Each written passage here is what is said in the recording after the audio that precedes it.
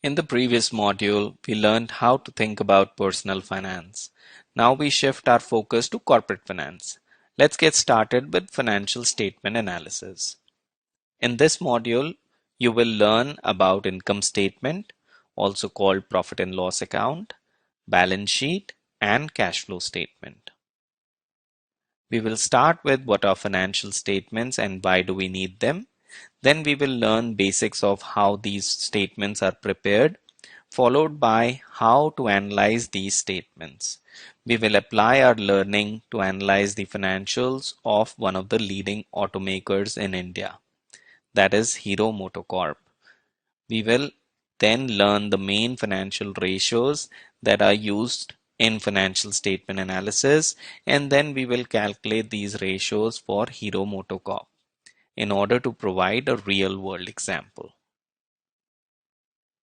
What are financial statements?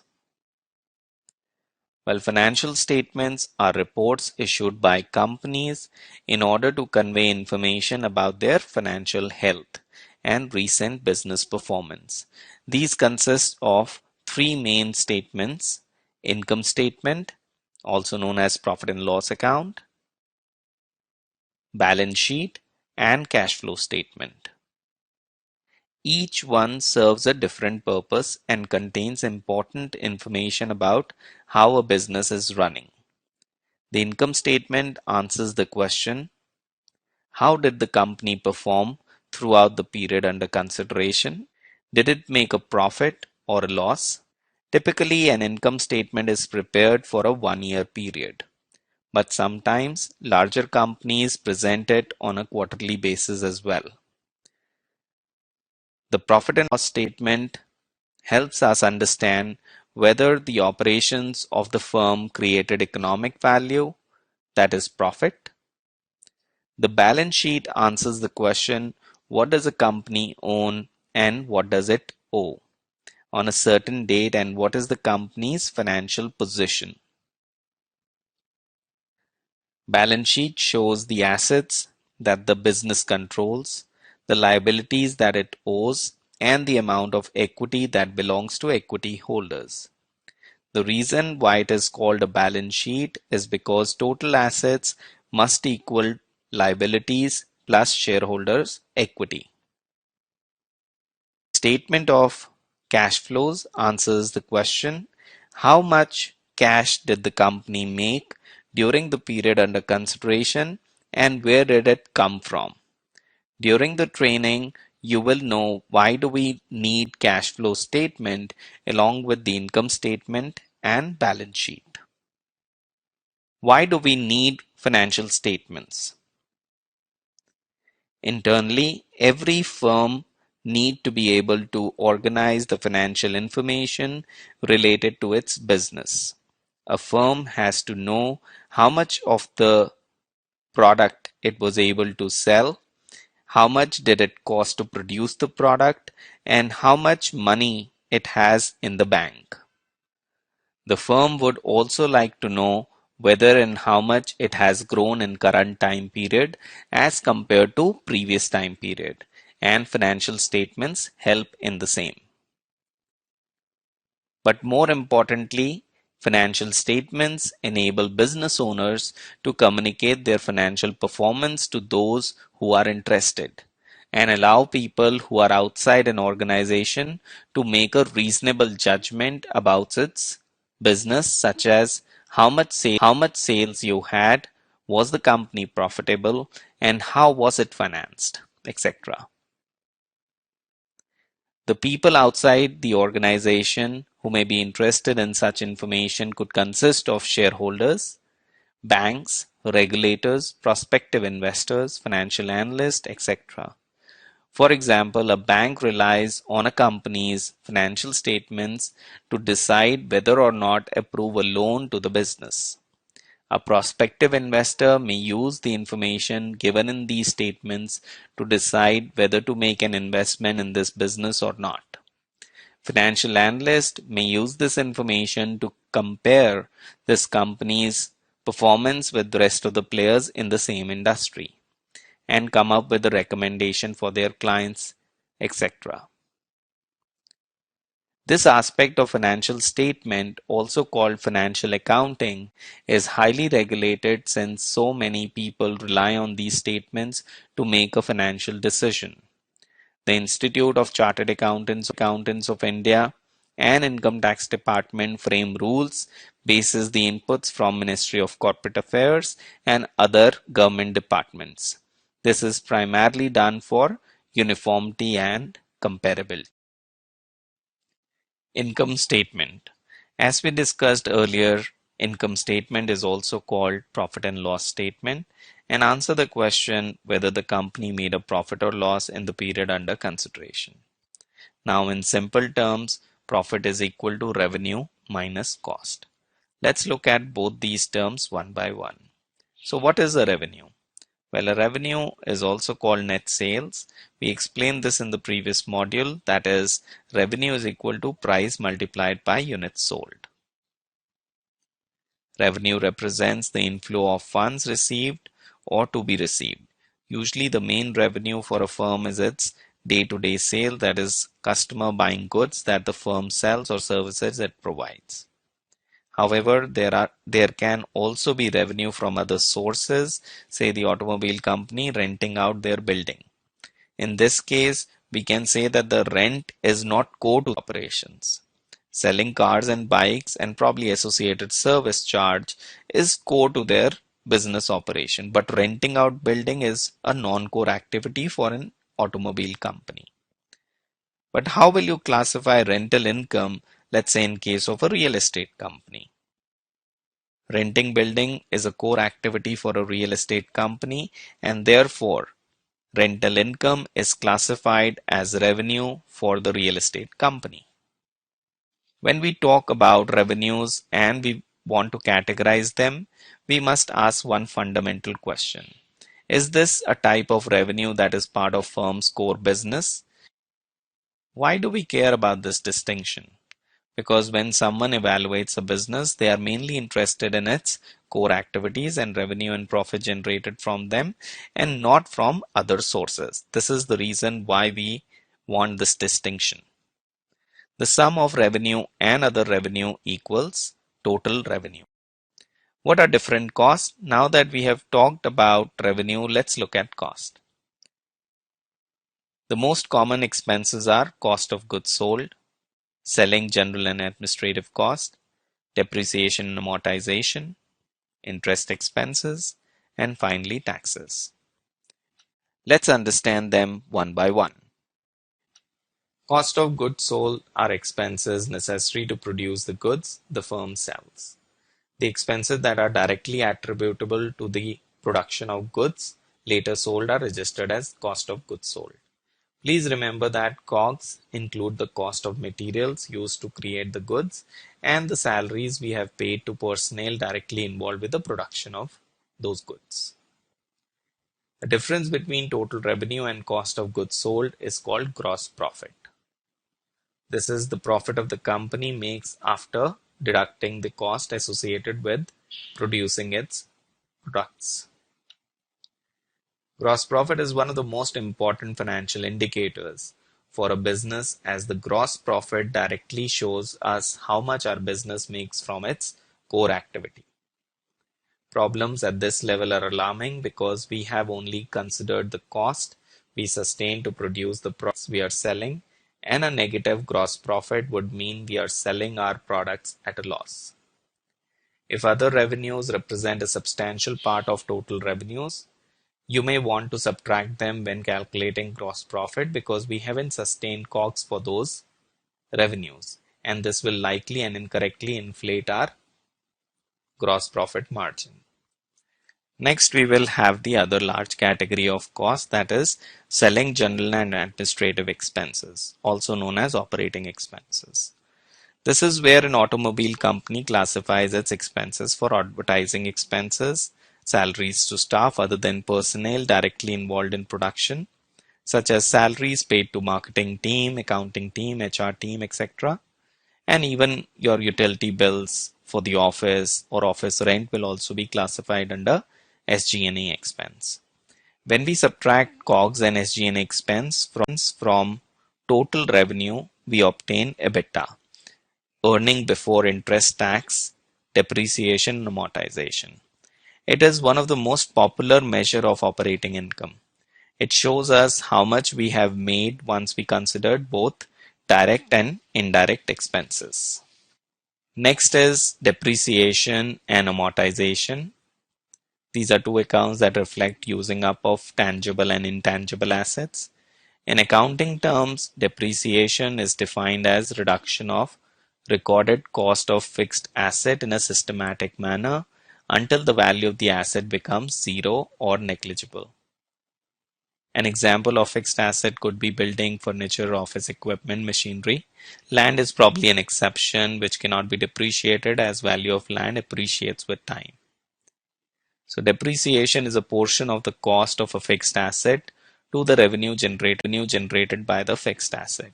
Understand depreciation with the help of an example. Suppose if a delivery truck for automobile manufacturer is purchased for rupees 1 lakh and the expected usage of the truck is 5 years, the business might depreciate the asset under depreciation expense as rupees 20,000 every year for a period of 5 years. Similarly, every year the plants that are used to manufacture cars, bikes become 1 year older, therefore their value is reduced to account for such reduction. Amortization is similar to depreciation, but on intangible assets, say computer, software, expenses incurred in creating intellectual property, which has a fixed term for which the IP is valid. Interest expenses are a cost that company bears for receiving financing. Typically, firms receive bank loans and pay interest expenses for the amounts they owe. And finally, we have taxes. Every firm pays corporate taxes that are proportional to pre-tax profit. The rules according to which pre-tax income generated by the firm is measured may vary depending on the country where the company operates. If the company has paid taxes in past, tax rate can be calculated by dividing past income taxes by earnings before taxes. Once all expenses are considered, we arrive at the bottom line, which is called profit. This is the excess of revenues over expenses. So this is how an income statement is made by calculating different revenues and costs involved to determine profit or loss in the period under consideration. This concludes our discussion on income statement. See you in the next video. Hope now you have understood income statement. Let's move to the next financial statement, that is balance sheet. A balance sheet is a statement that shows what a company owns and owes. Every balance sheet has two sides. One side are the firm's assets, that is what the company owns, and on the other side are the company's liabilities and equity, what the company owes. Assets. Assets include those items that business owns. Some of the most common items in this list that you would find in most of the balance sheets include cash and cash equivalent. The cash account is one of the most important drivers for business. It shows how much of the firm's assets are cash or can easily be converted into cash, such as money in bank's account, bank FD. We know that a business cannot function properly if sufficient cash is not available for its day-to-day operations. Accounts receivable. When customers buy our products, they must pay for them. The customer who plans to pay later, that amount would appear in accounts receivable, which indicates the money owed by customers. They are payments from customers that are yet to be received. Inventory. Inventory is the account that shows the value of raw materials, work in progress goods, finished goods ready to be shipped to customers. Raw material and work in progress require additional processing in order to become finished goods. Plant, property and equipment, also called PP&E. Plant, property and equipment is typically made of assets such as land and building, cars, other vehicles, furniture, office equipment, computers, plant and machinery, and so on. We should point out that the main distinction we can make between different assets is whether they can be considered current or non-current. Current assets are more liquid in nature. For example, fixed deposit with a bank can be converted into cash very quickly. However, a plant is used frame and is therefore categorized as long-term or non-current asset. Liabilities. Let's focus on the liabilities now. As mentioned earlier, liabilities represent what the business owes. Let's discuss the most common items in this list one by one. Accounts payable. Accounts payable are one of the most important items on the liability side. If accounts receivable represent the money the company is yet to receive from its customer, the accounts payable represent the amount the company is yet to pay to its supplier. When a company buys raw materials from its production process, it registers the amount in accounts payable until the actual payment has been made. The firm owes its supplier an amount of money because it received the goods. Financial liabilities. Another important type of liabilities are financial liabilities, which are a significant item for a lot of businesses out there. Financial liability appears on the balance sheet of a company when it receives external financing, which is usually a bank loan. Financial liability may also occur for payments to government authorities, say to income tax department. Provisions. A provision represents a payment we expect to make at a certain point of time. An example of a situation when we must set aside a provision is when a firm provides warranty and can reasonably assume a certain level of expenses based on the past experience. Let's say an automobile manufacturer provides warranty in the first year for any part in the automobile that goes bad. Manufacturer has to create a provision based on past experience for the amount that is set aside in case of any part malfunctioning. Current liabilities versus non-current liabilities. Current liabilities are expected to be paid in 12 months, while non-current liabilities have to be paid over 12 months.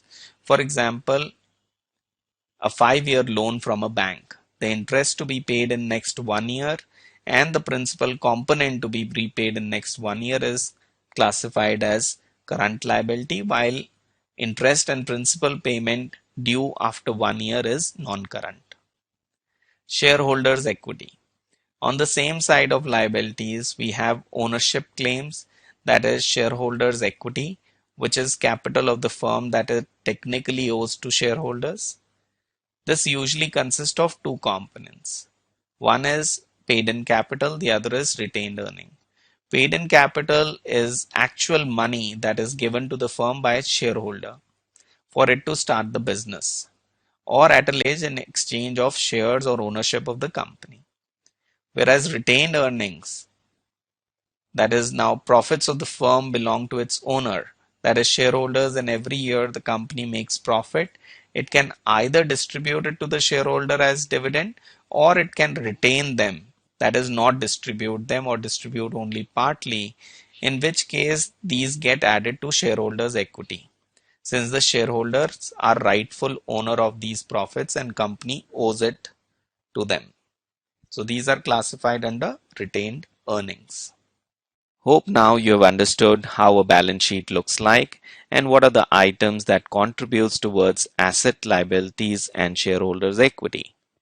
Note that total assets will always be equal to total liabilities and shareholders equity. This concludes our discussion on balance sheet. See you in the next video. Cash flow statement. Profit and loss account and balance sheet are based on accrual accounting, whereas cash flow statement is based on actual, that is cash accounting. Well, accrual accounting is recording the entries irrespective of when the cash is received. Accrual accounting ensures that a firm records its economic operations in the period when they have been carried out.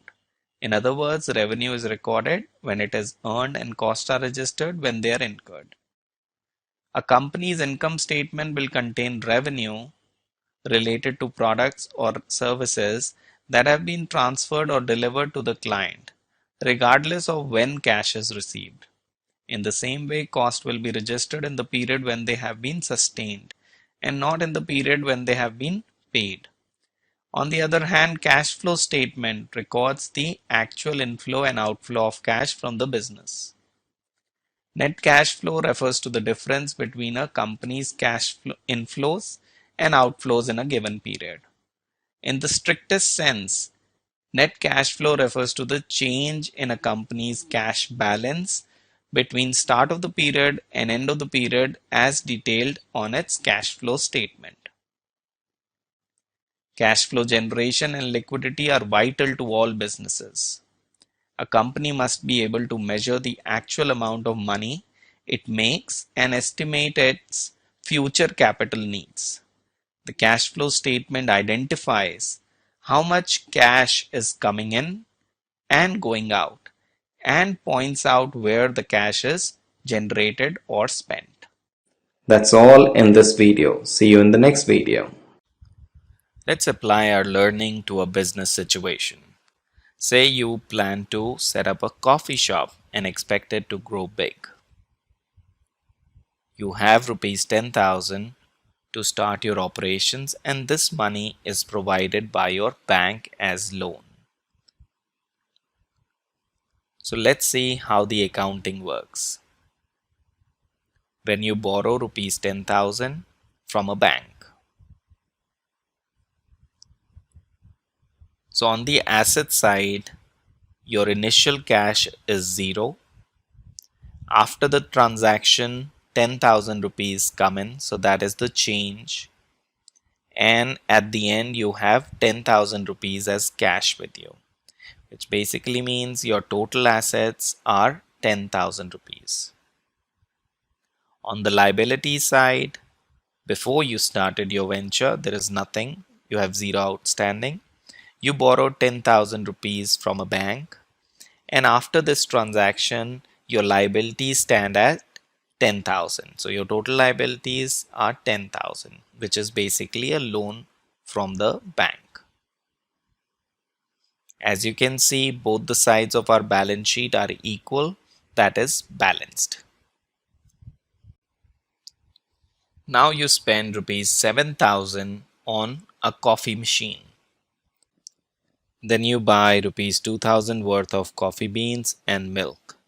You keep the remaining 1,000 for making change and such. So in total you have spent 9,000, that is 7,000 rupees on a coffee machine and 2,000 rupees on ingredients. But that money hasn't disappeared. It's basically turned into assets and inventories. The 7,000 rupees that you spent on coffee machine is basically plant, property and equipment, while the 2,000 rupees on coffee beans and milk, that is categorized as inventory.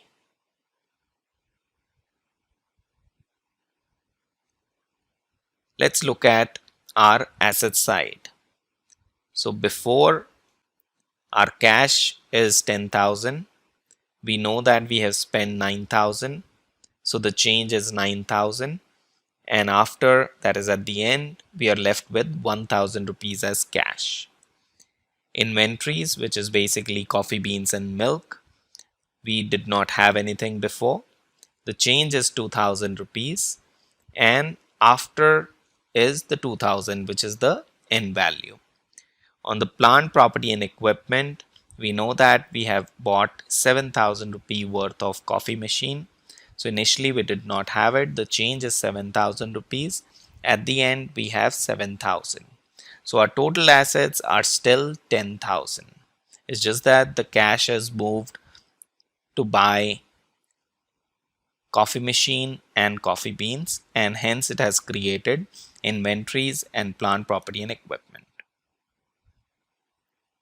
On the liability side, nothing has changed. We had borrowed loan from bank for 10,000 rupees.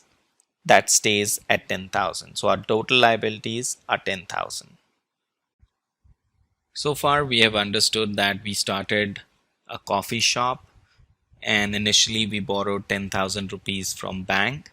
With that money, we used to buy a coffee machine and also buy coffee beans and milk. So now we are left with 7,000 rupees of coffee machine, 2,000 rupees of coffee beans and milk, 1,000 rupees of cash, and our outstanding continues at 10,000. So now you open for business and you land up selling 30 cups at rupees 100 each within the first 2 hours. By noon, half the milk and coffee beans are gone. So your cost of goods sold is 2000, which was the initial inventory amount, divided by 2, that is half. You're left with 1000 rupee. So 1000 rupee is spent on coffee cups that are served. And out of 30, 7 people didn't have any cash. So you let them buy on credit, which basically means you need to record 7 multiplied by rupees 100, that is 700 rupees in accounts receivable. And accounts receivable is basically the money that those 7 people owe to you. So let's look at our balance sheet. How does it look now? So on the asset side, we had 1000 rupees. We sold 30 cups and we got cash from 23 cups, which is 23 multiplied by 100. So 2300 rupees we got as cash. The end value is 1000 plus 2300, which is 3300. On the accounts receivable side, we did not have anything outstanding, 0. Now those 7 people owe us 700 rupees. So at the end, 700 rupees stays in accounts receivable. On the inventory side, we started with 2000. 1000 worth of inventory is used. We are left with 1000 now. Plant, property and equipment, we started with 7,000. There is no change. We are left with 7,000. So the total asset now is 12,000. On the liability side, nothing changes. We started with 10,000 and it stays at 10,000. Well, in case you're wondering why the total of asset side and liability side are not the same, we'll understand that very soon. For now, let's proceed. So our business is doing very well. We are anticipating even higher sales for rest of the day, and you run over the corner grocery store to buy more inventory worth rupees 500 so that you have enough material to serve your customers. But when you reach at the grocery store, you realize that you left your money back at the coffee shop. So you promise the grocer you will come back on Sunday, that is after 6 days, and clear the dues. We post rupees 500 to accounts payable, which is the money that you owe to the grocery store for the milk. Think of accounts payable like your credit card. If you buy a shirt on your credit card, you can use it right away, but you still owe the credit card issuer some cash. Let's look at our balance sheet. How does it look like now? So on the asset side, we had cash 3300. There is no change. It stays at 3300. Accounts receivable was 700. No change. It stays at 700. We got 500 worth of milk. So inventory initially was 1000. Now 500 is added to it. So the end value is 1500. On plant, property and equipment, we started with 7,000. There is no change. It stays at 7,000. So our total assets are 12,500. On the liability side, our accounts payable, which was nil earlier, now we owe 500 rupees to the grocery store. So after that is at the end, we are left with 500 rupees outstanding. And on the bank side, our 10,000 rupees stays. There is no change. We still owe 10,000 rupees to the bank.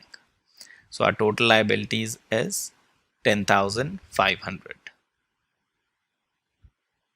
We still see the difference between total assets and total liabilities. We can ignore that for now since we will be covering as we get closer to completing this example.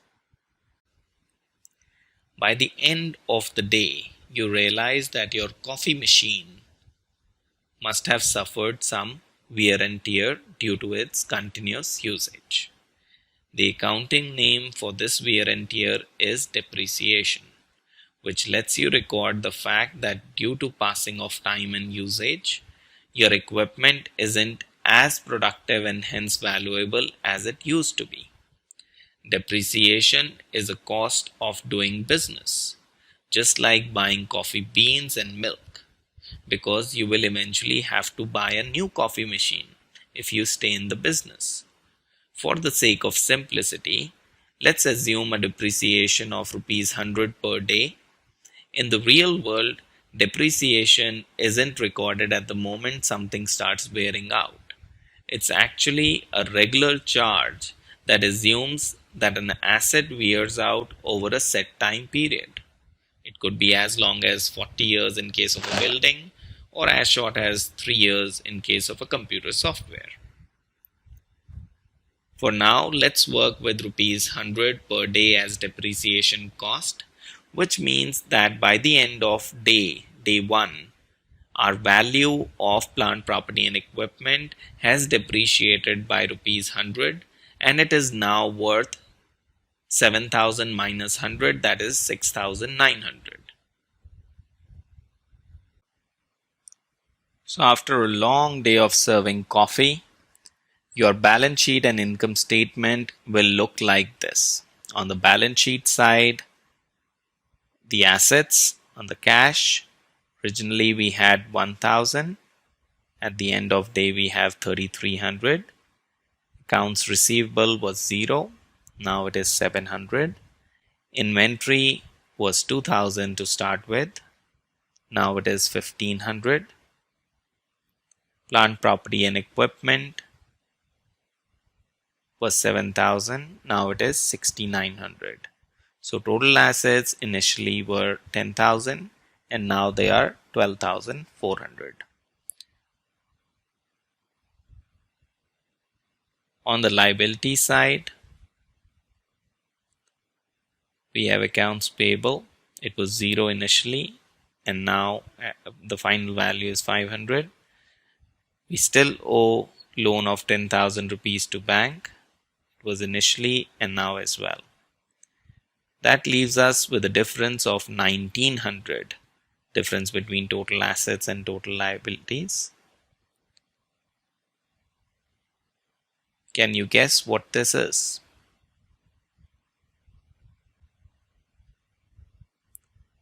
Well, this difference of 1,900 is basically called retained earnings. So in the next video, we will build out profit and loss statement, which will help us arrive at this number of 1,900. So let's build out profit and loss statement for the day. So we started with sales. We were able to sell 30 cups for 100 each. So 3,000 rupees of sales. Associated cost of goods sold was 1,000. Depreciation was 100. So the net profit is 3,000 minus 1,000 minus 100, that is 1,900. And as we have learned earlier, that profit is retained earning that we have to add to the liability side of the balance sheet. So now we see here that the profit, also called retained earning, is added and our total asset of 12,400 matches with total liabilities and equity of 12,400. Remember that retained earning or profits that are added back to the balance sheet are part of the equity. This share of money belongs to the owners of the business. Notice that your net profit is 1900, but your cash account went up by 2300. So why is there a difference? Well, to understand how much cash your business generated, we start with this 1900 rupees in net profit, which is the difference between what you paid for ingredients plus depreciation and what you received in payment for each cup of coffee. But to arrive at cash flow, we first need to add back the 100 rupee in depreciation. You see, although we need to keep track of the expense that you incurred by partially wearing out your coffee machine, remember accounting is all about keeping score. You didn't actually have to pay out rupees 100 in cash to cover that wear and tear. It was basically an accounting entry. This is the critical difference between accounting profit and cash profits. Accounting profits match revenues with expenses as closely as possible, whereas cash profits measure only the actual cash flow in and out of the business. Next, we need to take into account the fact that you used up half of your original inventory of milk and coffee beans, as well as the fact that you went out and bought an additional 500 rupee worth of milk.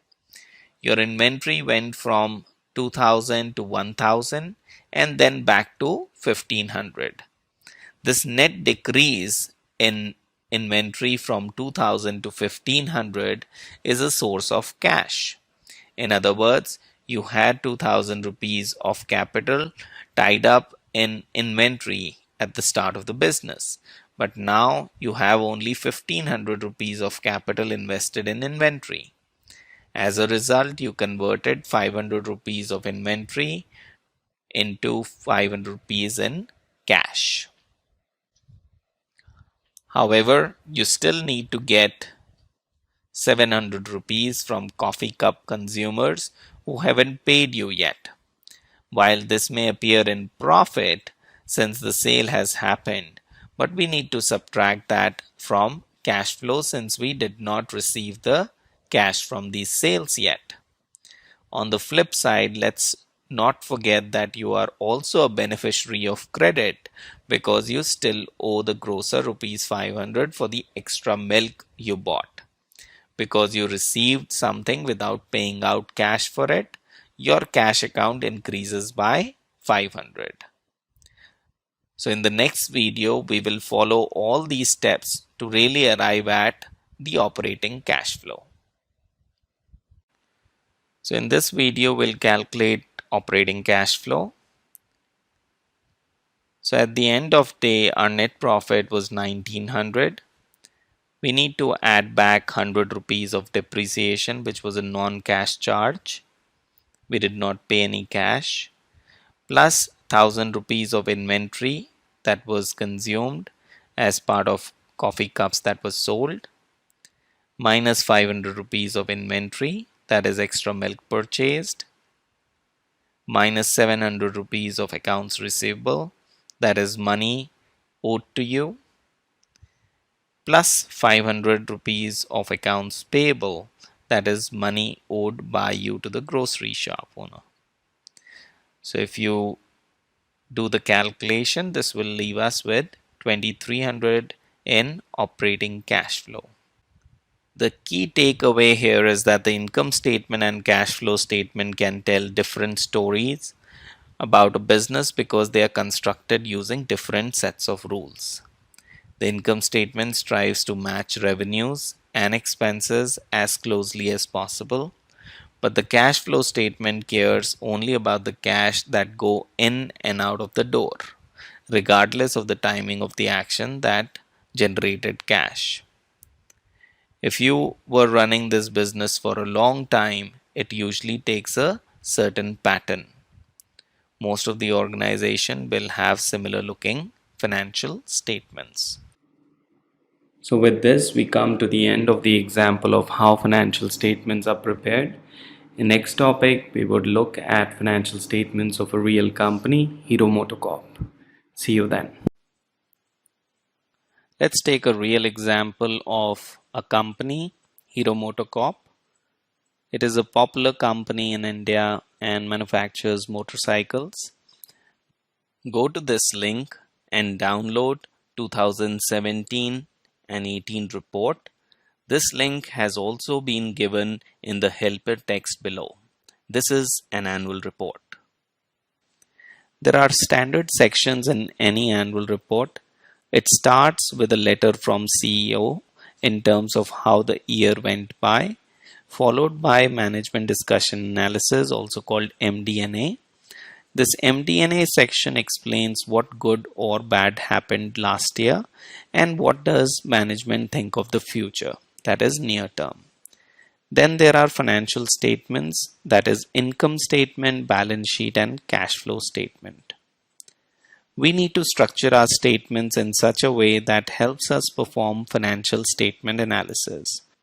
Let's open page number 208 of 2017-18 report that says consolidated balance sheet. We will go through each line item in more detail, and as you can see there is an associate notes to account. We will refer to these notes in greater detail in the next video by referring to corresponding notes and classify each line item into operating and non-operating. Now we open an Excel sheet and create a reorganized balance sheet for 2017-18 for Hero Motocorp, focusing on operating and non-operating assets. Let's dive straight in. Now we need to reorganize this financial statement. We start with balance sheet first. Remember that what do we mean by reorganizing? Reorganizing the balance sheet is basically a segregation of operating and non-operating items. And why do we need this segregation? We want to know what are the assets, liabilities, profit of Hero Motocorp associated with manufacturing of automobile, that is motorcycles, and maybe scooters, and also servicing those scooters. Anything outside this is non-operating for Hero Motocorp. The reason we do this is from a company standpoint, understanding the operating items is much more important than non-operating items. It is only the operating items that have to be more sustainable for the growth of any company. That is why understanding the operating side of the business is extremely important. So let's dive straight in understanding what are operating and what is non-operating. So the first item we see here is property, plant and equipment. We see there is a certain value here, and remember this is all mentioned in crores, Indian rupees crores, and the date is as of 31st March 2018 when this balance sheet was created.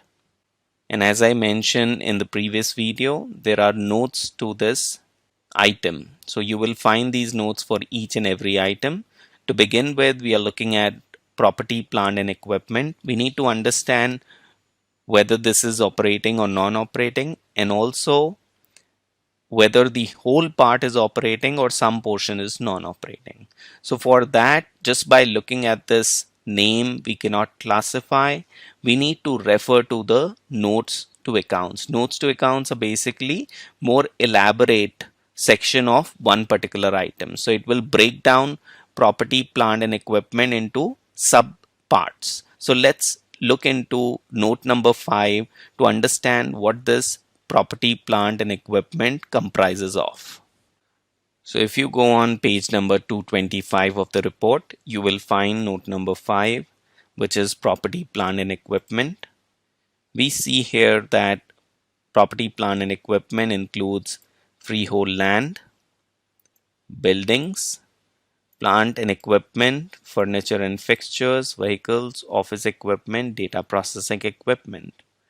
Think about a manufacturing entity that is manufacturing motorcycles. All these are items are really required for them to produce motorcycles and scooters. So all these items are operating in nature. Hence we can write, now we just populate these items in our Excel sheet.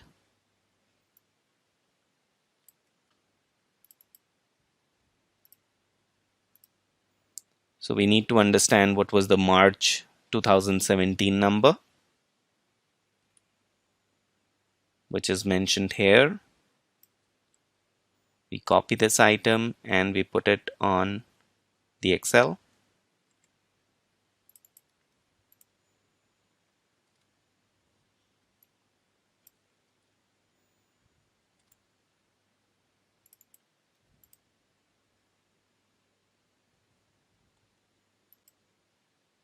And we know that this is an operating item.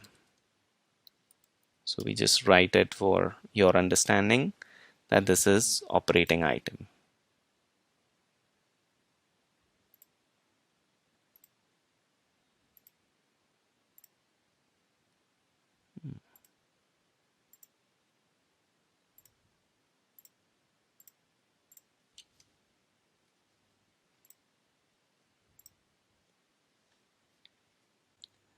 Now we see the next item is capital work in progress. We refer to note number 6 in order to understand what this comprises of.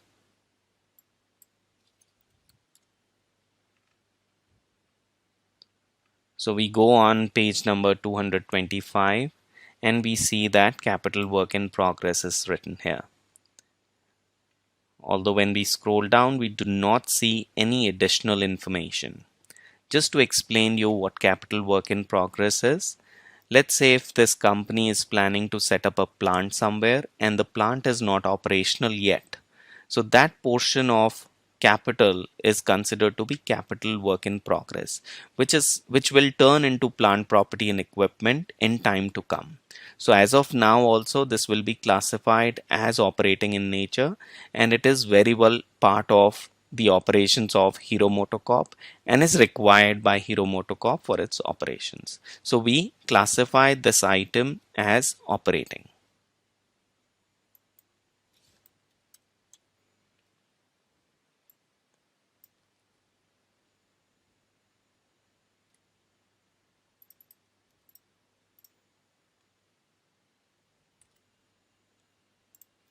And when we are taking down all this information, we have to understand that we are using the numbers of the specific year. We should not confuse with respect to the numbers of 2017 with 18 while entering that in the sheet. So here is 2017 data and this is 2018 data. And as you can see that there is a drop in capital work in progress. So what is happening is some bit of this portion is already moving into plant, property and equipment, and that is why you see an increased amount here in the plant, property and equipment section. We classify this as well as operating.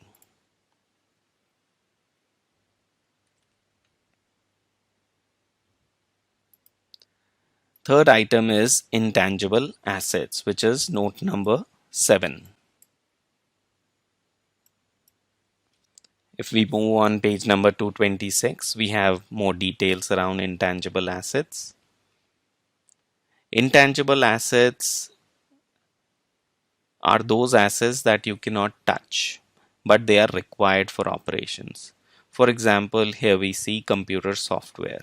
So computer software is not a tangible asset, say a machinery or a building, but it is still required for the working of the business. So it is very well operational in nature in case of Hero Motocorp.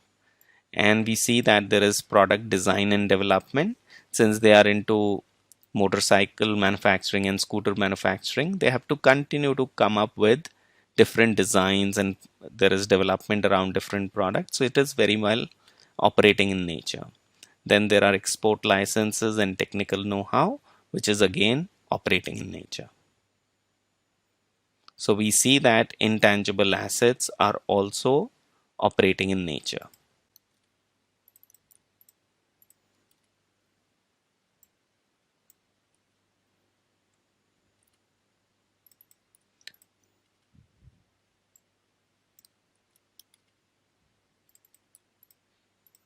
This is also operating. Intangible assets under development. Just like capital work in progress, intangible asset under development are those intangibles on which company is already working on. For example, there is a product design that is not finished, will be classified under intangible asset under development. Once it is finished, it goes into the intangible. So let's look at note number 8. But it looks like as of now it is operating in nature. But let's confirm by looking at note number 8. You will find this note number 8 on page number 226. So no other details, but we know that this item is basically associated with intangibles under development that will be classified under operating, since all our intangibles are operating in nature. So eventually this will also move into the intangibles as operating items.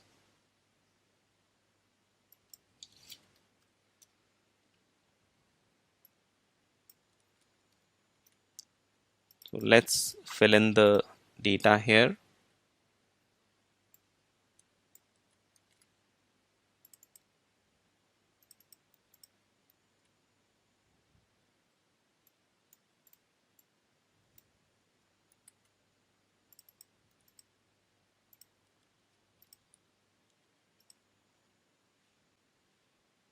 We move on.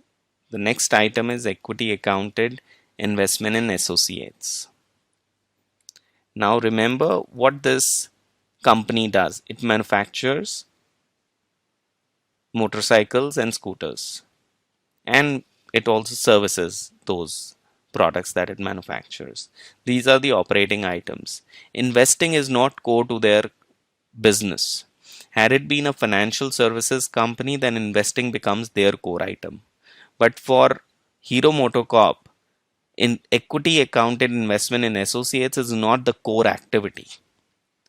Although we'll refer to the note in order to understand what this really classifies, but looking at just the item, looks like this is not a core activity Hero Motocorp can be classified for as operating.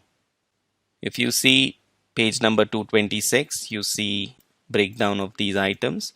So this is basically investment in other companies, investment in mutual funds, debentures, preferred shares. So again, this is not operating in nature.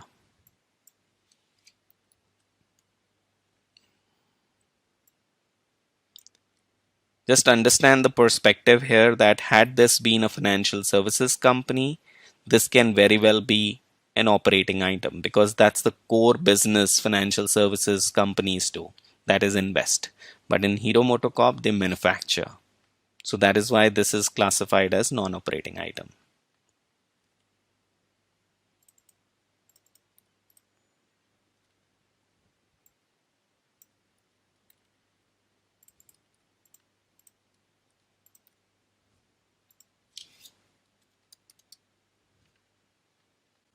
The next item is our financial assets. Within that we have investments.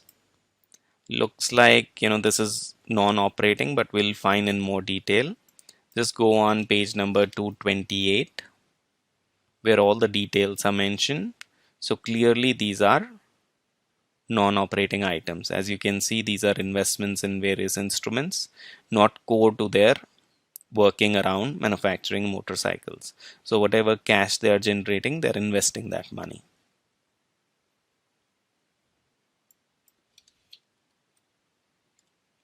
So we can classify investments as non-operating.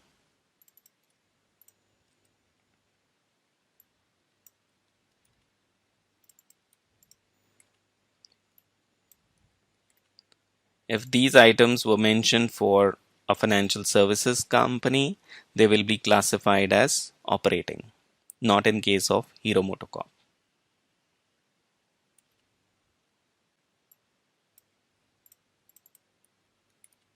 Let's classify what do we mean by loans.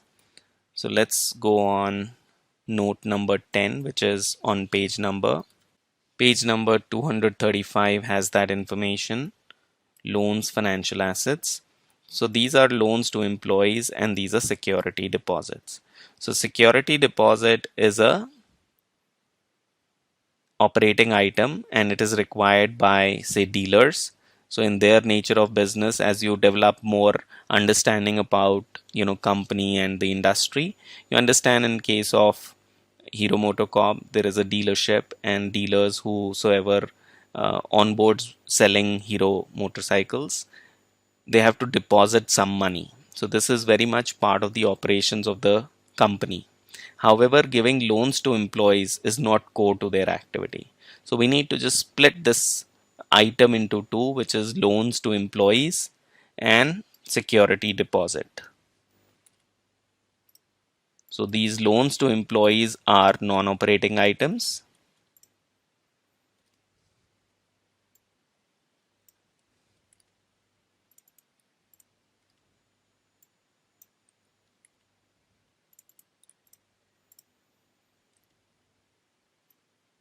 And security deposit is an operating item.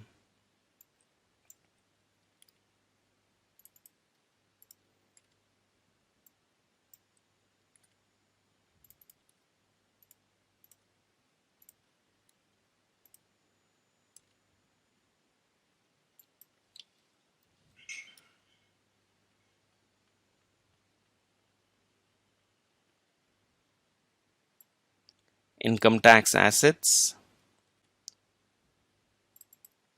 We can refer to the note, but looks like this is operating item. We need to refer to note 12, which is on page 236. So this is advanced income tax and provision, so very much operating in nature. So we classify this as operating item.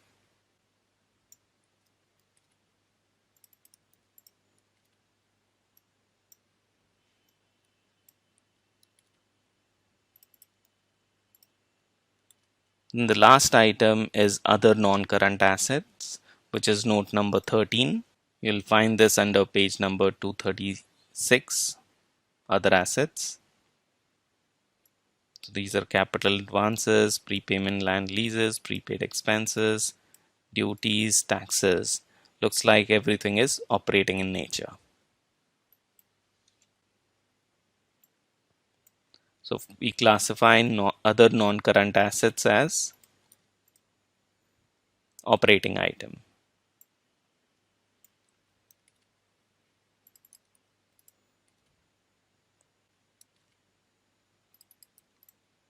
And we also saw that operating tax assets are also operating. So with this, we complete the non-current asset side of the balance sheet. In the next video, we'll move into the current assets. Stay tuned. In the last video, we completed the non-current asset section of the balance sheet. Now we will move to the current asset section of the balance sheet. So this is the current section of the balance sheet. As you can see, there is inventory, financial assets, which includes cash and cash equivalent, and other current assets. The same way as we did in non-current assets, we'll go item by item to understand whether it is operating or non-operating. Just by looking at these items, inventory is often operating in nature. Trade receivable, also called accounts receivable, are also often operating in nature. So is the case with cash and bank. With respect to loans, others, as well as other current assets, we need to check in more detail whether they would classify as operating assets or non-operating assets.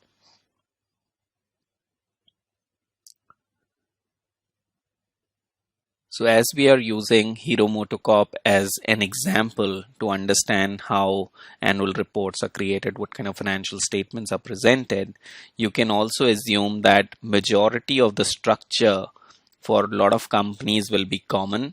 However, there can be specific items linked to a particular industry or how a management wants to share that information.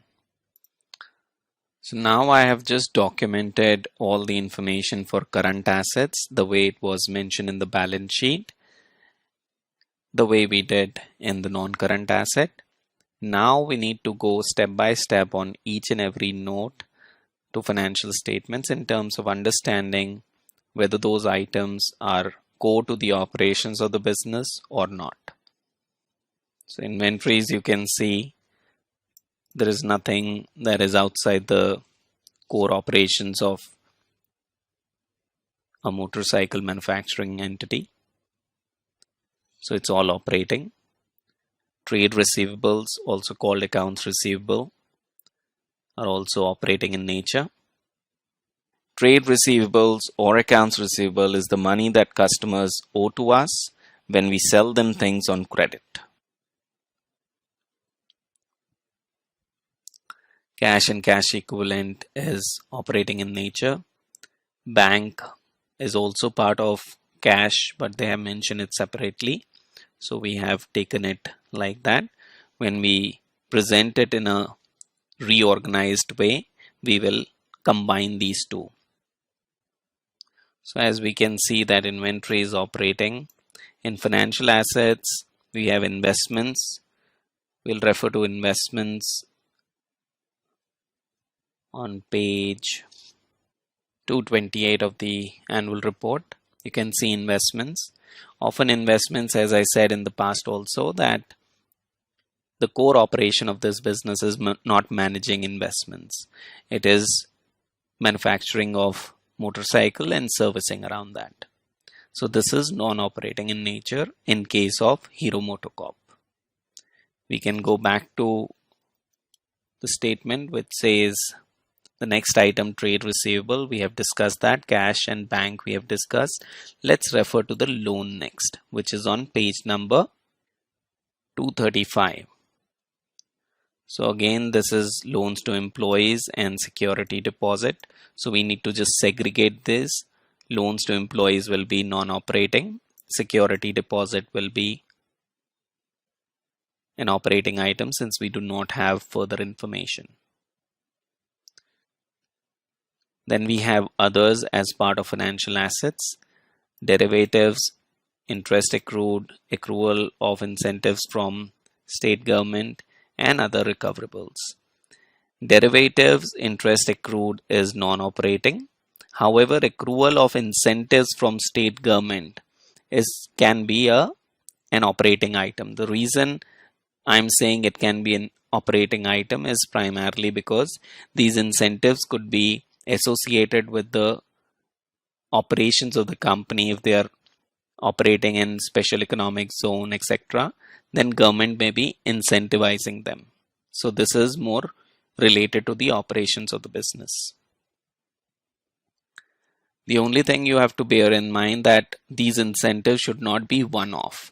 If there is a history of these incentives, which is the case in case of Hero Motocorp, then you should consider them as operating. Other recoverables are also operating since we do not have any other information. So broadly speaking, in others financial assets, these can be classified as operating. There is a very small portion which is non-operating, which can be ignored since it will not have any meaningful impact in the analysis.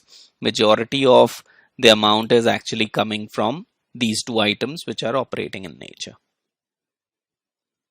Now the next item is other current asset, which is also the last item, which is on page number 236. As you see these items, these are all indicating operating item. So now we have total assets segregated in non-current assets and current assets for Hero Motocorp for 2 years, that is 2018 2018 and 2017 as of March for each of those years, and we have segregated these items as per operating and non-operating. In the next video, we'll start with liabilities. In the last video, we completed the asset section of the balance sheet. Now we move to the liability section of the balance sheet. If you scroll down, you'll find the balance sheet section.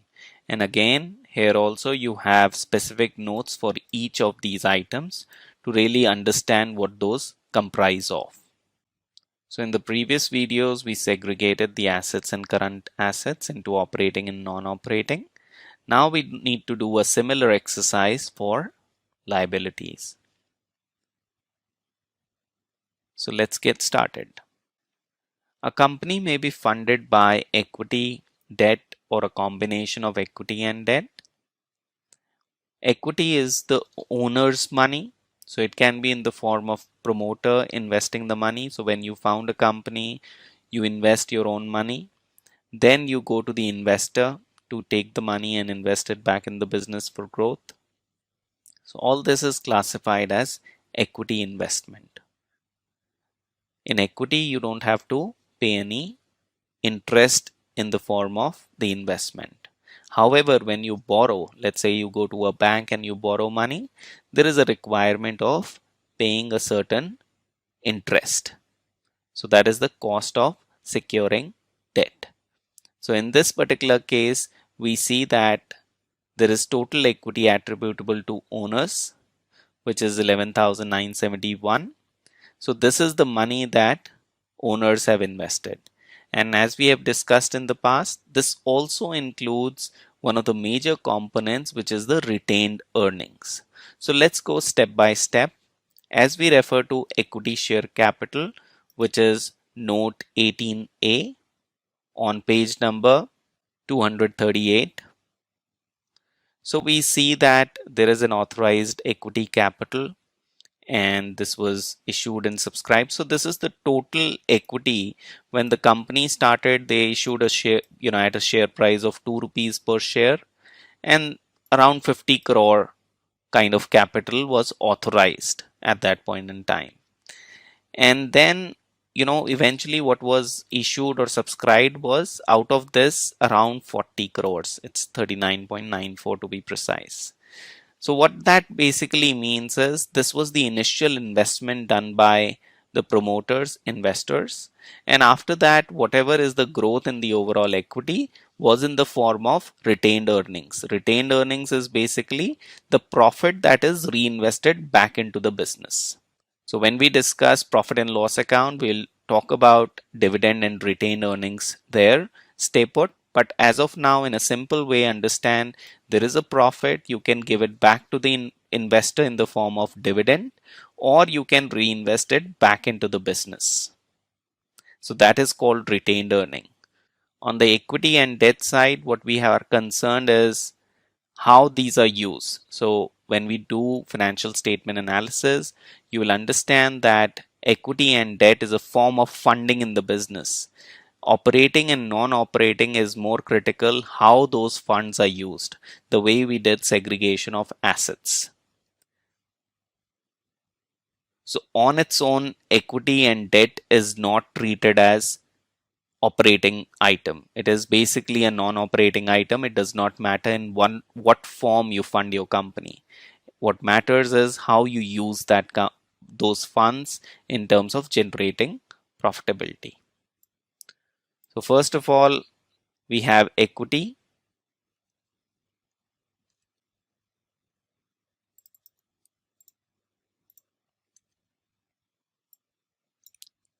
which has not changed. It's the same for both the years.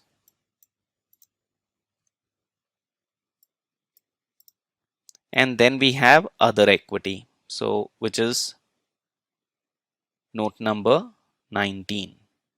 So if you go on page number 239, you will see split of other equity. This is based on a certain standard, accounting standard, basis which all this is mentioned. And as you can see, out of 11,931, 9,247 is the retained earning, which is coming from profitability. General reserves are basically reserves that are kept out of retained earning only, but to meet some future obligation. So these two cover the equity side of non-current liabilities. And as I said, from calculation perspective, these are not treated as operating in nature. What we are more concerned is how these funds are being used in the company. Then we have non-controlling interest.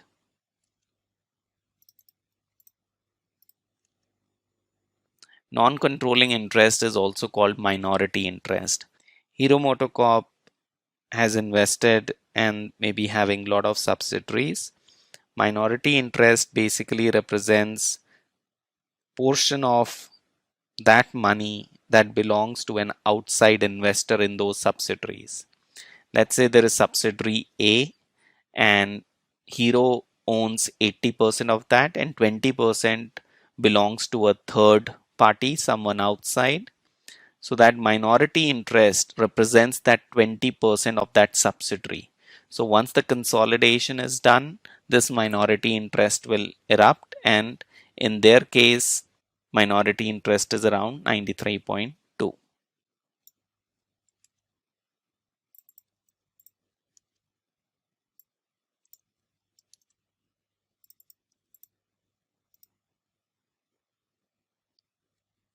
So we are mentioning here that these are non-operating items. Same is in the form of liabilities. For example, this is borrowing. As I said, you can fund your operations by your own money, or you can go to a bank or people and borrow money. So that borrowing is represented here. So let's check what is there in note number 21. Go to page number 241.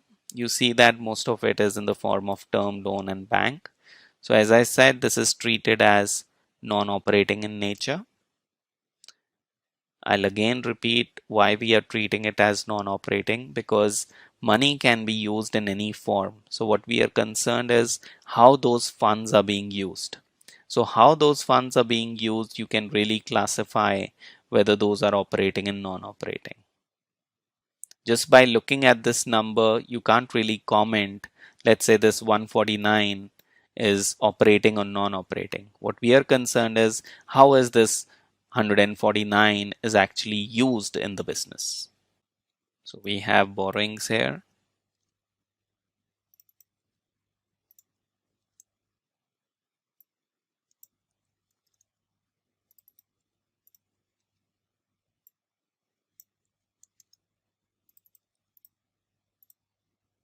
Which is also non-operating. The next item is provision. Provisions are basically contingencies that a company is already marking for. Let's say if they have to pay an income tax in the future, 1 year down the line, or maybe 2 years down the line, there is some tax liability. So they can create a provision out of their reserves in order to fund that requirement. So let's check on note number 22 what exactly this provision comprises of in case of Hero Motocorp. Go to page number 242.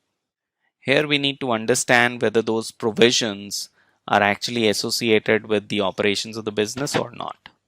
So let's go step by step. On the non-current side, so we have compensated absences. This is basically leave encashment kind of thing, gratuity, and other employee benefits. So when it comes to employee benefits, we classify only salaries and wages as operating in nature. Any other form of compensation or provisions that you are making is treated as non-operating. Now we see there is warranties. Well, warranties, given the nature of business, will be very much operating in nature. The vehicles come with a warranty, first year, second year kind of warranty, that in case something fails, the company has to fix those problems or provide sufficient repair work without charging the customer. So that basically comes under warranties. So this 93.24 will be operating. So what we'll do is, let's say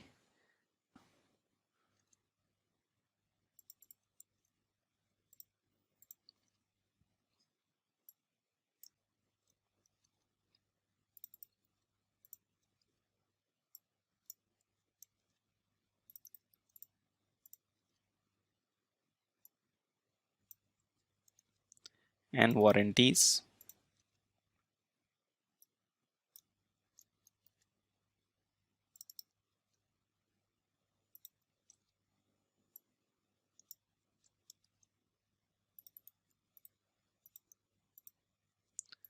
So employee benefits are non-operating, whereas warranties are operating in nature. The next item under non-current liabilities is deferred tax liabilities. Every company has to maintain two books of accounts. One is based on the accounting standard as set by ICAI, the Chartered Accountancy Institute, which is based on various accounting standards. And the other set of books is for income tax, which is done as per the income tax law.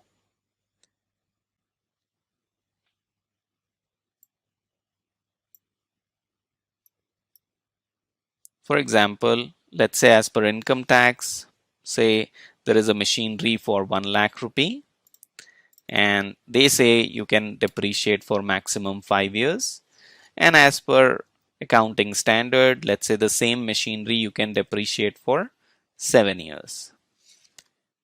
So annual charge in case of income tax, these books will be 20,000, whereas in case of ICI, which is accounting standard, it will be 14,286.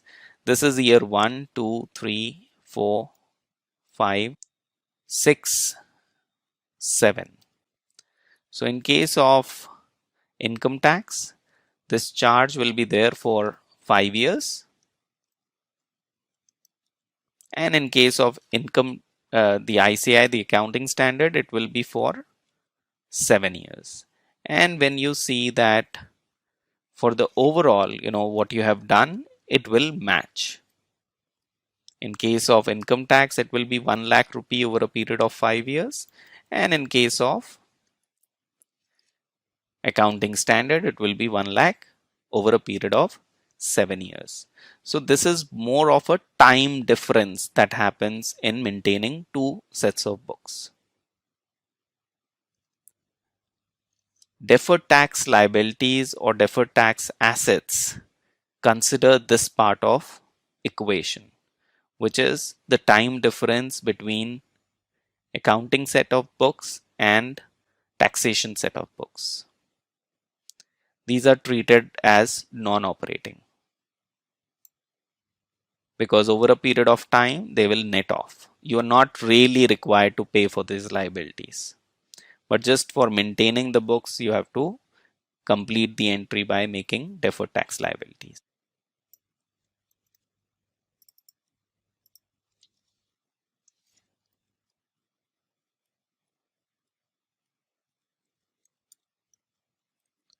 So with this we complete the non-current liabilities. In the next video we will do similar exercise for current liabilities.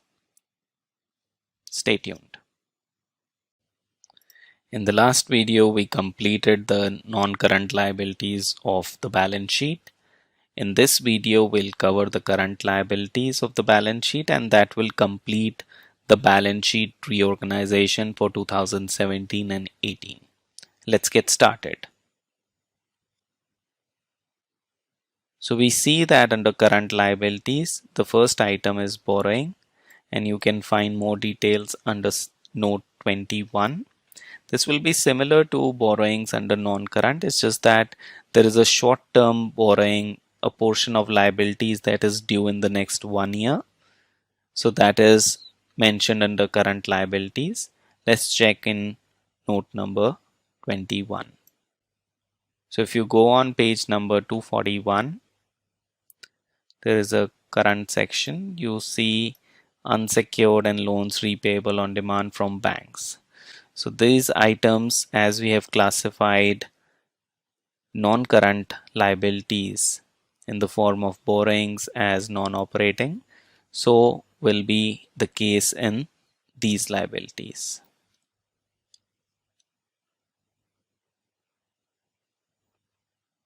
So these borrowings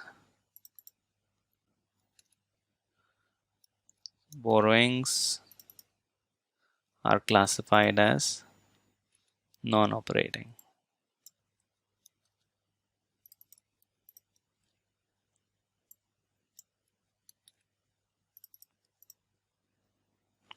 So let's just write these are also called long-term debt, and this is called short-term debt. Debt or borrowing means one and the same thing. So these are non-operating. We move on. The next item is trade payables. Just like accounts receivable or trade receivables, trade payables is basically the money that we owe to the supplier. Often this is operating in nature. We can check in note number 24, but this will always be operating in nature. This is very much linked with the operations of the company. If you go on page number 243, you'll find at the bottom of the page this section, and this is all trade payables. We don't have any other information, and as I said, these are funds that we owe to our creditors. So these are all classified as operating in nature.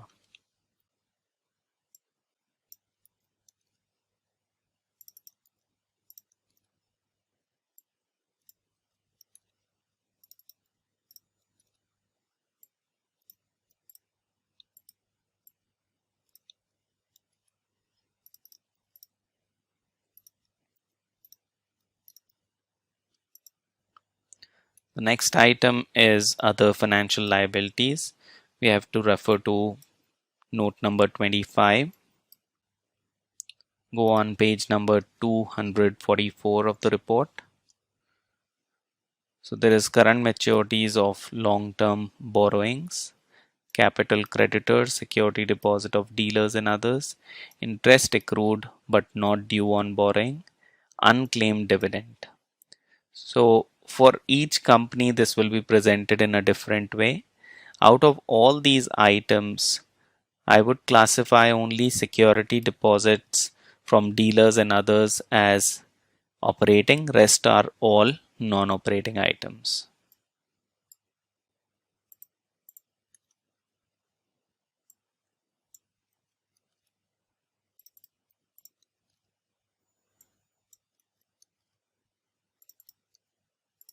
So I'm just writing it for now here, but I need to deduct the security deposits from dealers.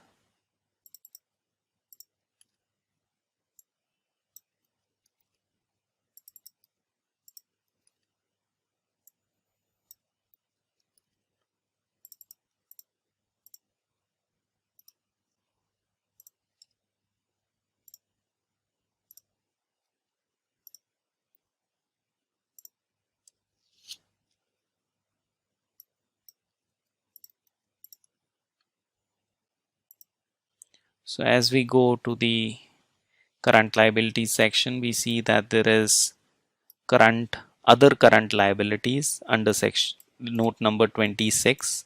We need to check these items in specific because often operating and non-operating are clubbed together in these buckets in case uh, management does not want you to see something.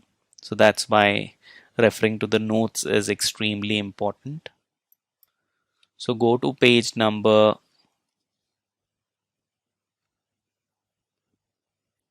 244. You see other liabilities.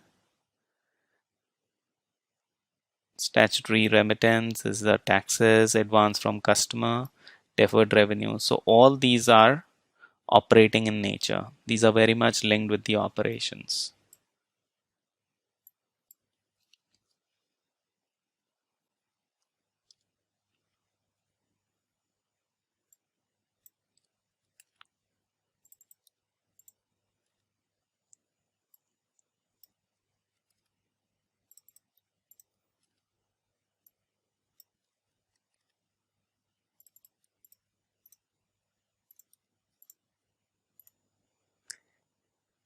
And the last item is provision. We go on page number 242. Here we have the current section. So as I mentioned earlier, employee benefit are classified as non-operating. Only salaries and wages are operating in nature. Any gratuity and compensated absences will not be classified as operating items. One of the reasons of classifying this as non-operating is we don't know what's going to be the case in the future. For example, gratuity becomes due if someone works with the company for more than 5 years. What happens if someone joins and leaves the company in 3 years or 4 years? Similarly, compensated absences, we don't know how much it will be accumulated in the future. So that is why this is treated as non-operating item. We can't arrive at the sustainability of these items in the future.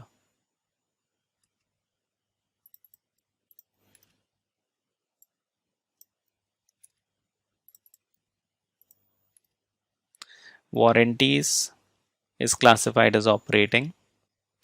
In case there is any problem that emerges in the vehicle, company has to fix that without asking the customer to pay for it.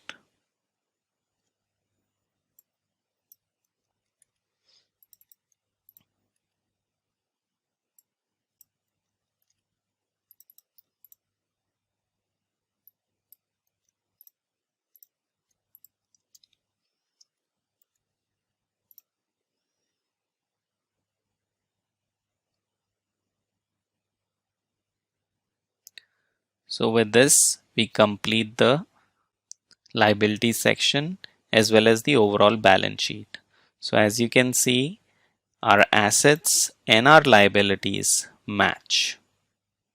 So you can do a check also.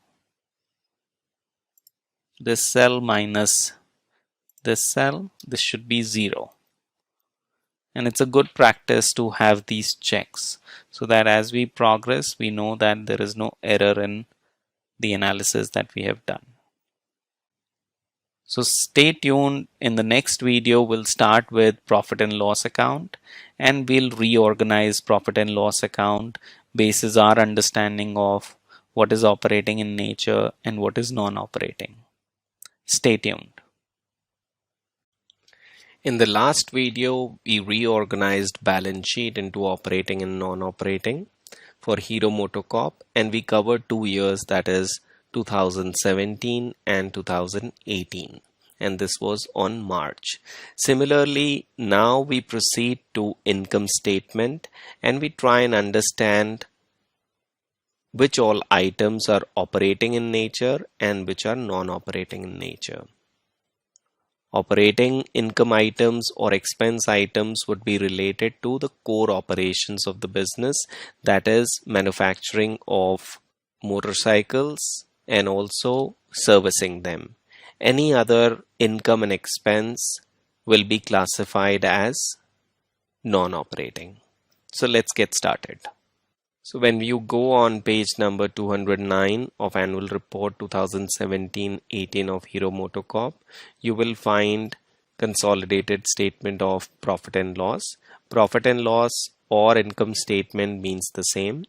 It starts with income and it has certain expenses, and then you pay taxes, and then you're left with net income. So let's get going with the income side, that is revenue from operations. Revenue from operations is one of the most critical item because this is the item that derives any profitability in the company. Think about it.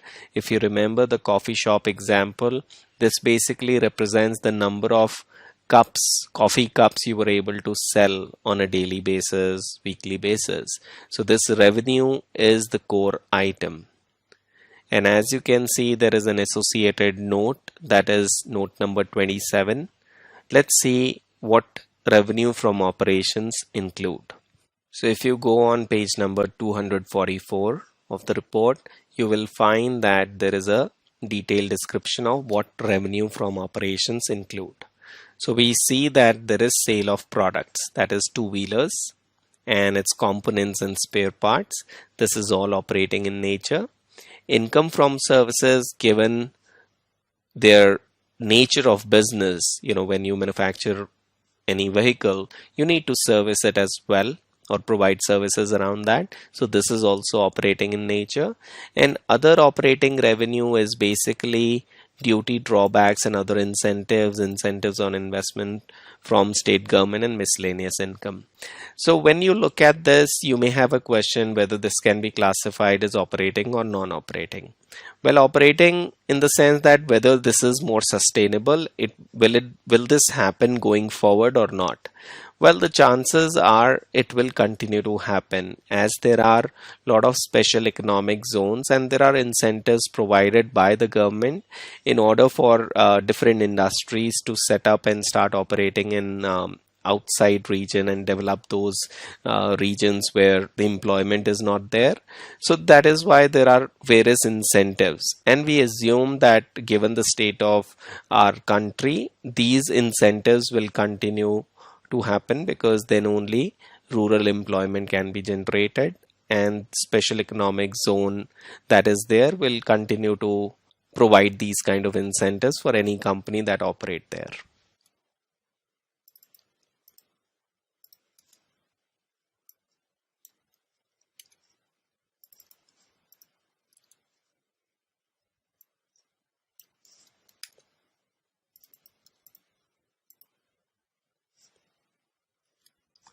Now we see the next item is other income.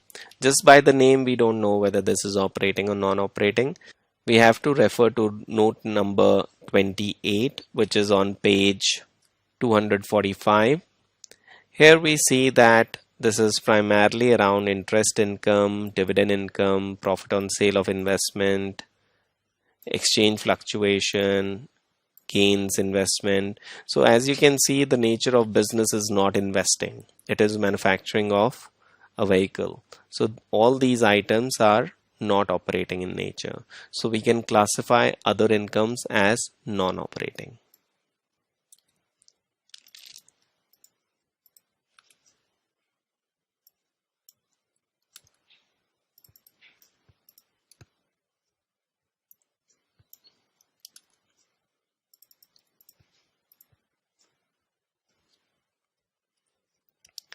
So this is operating item and this is non-operating item. Let's look at the expenses side now. So for each expense, you see that there is a specific note that we have to refer. So the first item is cost of material consumed. That is, in order to generate this revenue or manufacture these vehicles, what kind of material cost that was spent. For example, the steel that was used or the rubber that was used, what is the cost associated with that material. So this is purely operating in nature. However, we will still refer to the note. And there is an associate item, which is change in inventory of finished goods and work in progress. Well, the change in inventory is basically used to adjust the amount of purchases in order to report the cost of goods that were actually sold. If some of the purchases were added to inventory, they are not part of the cost of goods sold. And that is why you see this as a separate item, because this item is not part of cost of material. But from financial statement analysis point of view, you can assume that there is no difference between cost of material and change in inventory. It is part of cost of material only. So when we go on page number 245, you see that there is cost of material consumed. This is all raw material cost that is there, which is operating in nature. And similarly, we see changes in inventory of finished goods and work in progress, which is kind of part of cost of goods sold only, or cost of material, but it is given separately because it's not part of this. And accounting treatment indicates that whenever there are purchases done that are new purchases done that are not part of cost of material, they are presented separately. So as you can see, there is a negative balance. That means there was a sale of inventory here in 2018, and in 2017 we see there was a purchase of inventory. But this will very well be part of cost of material.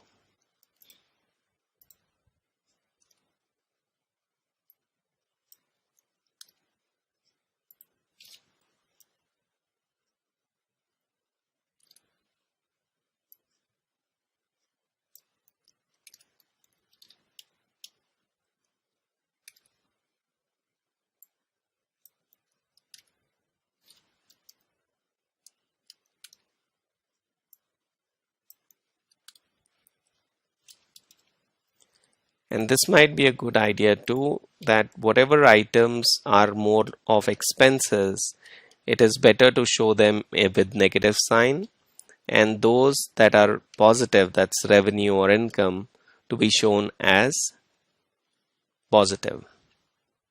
And there is no confusion with respect to the signs associated with different items. So as we said, that this is operating in nature.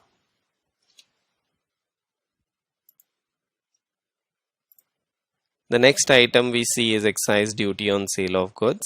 We don't have an associated note around this, but we know that this is excise duty, and which is very well part of the operating items.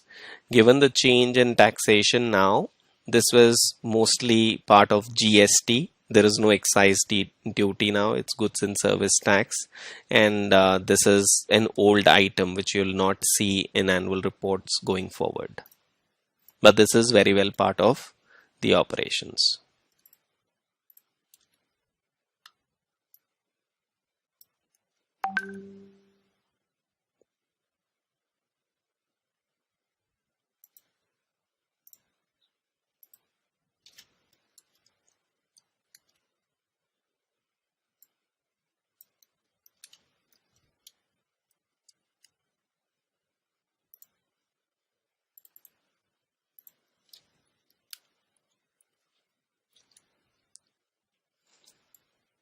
Employee benefits are all the salaries, etc., that you give to employees, wages, salaries. So that is classified as employee benefits. This is also operating in nature.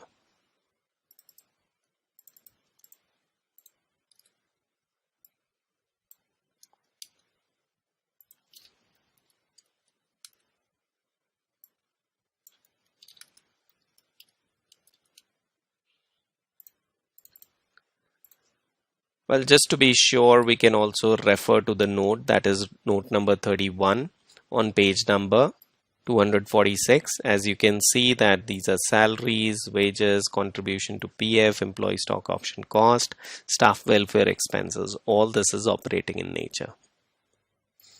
And you can safely assume that these will continue in the future as well.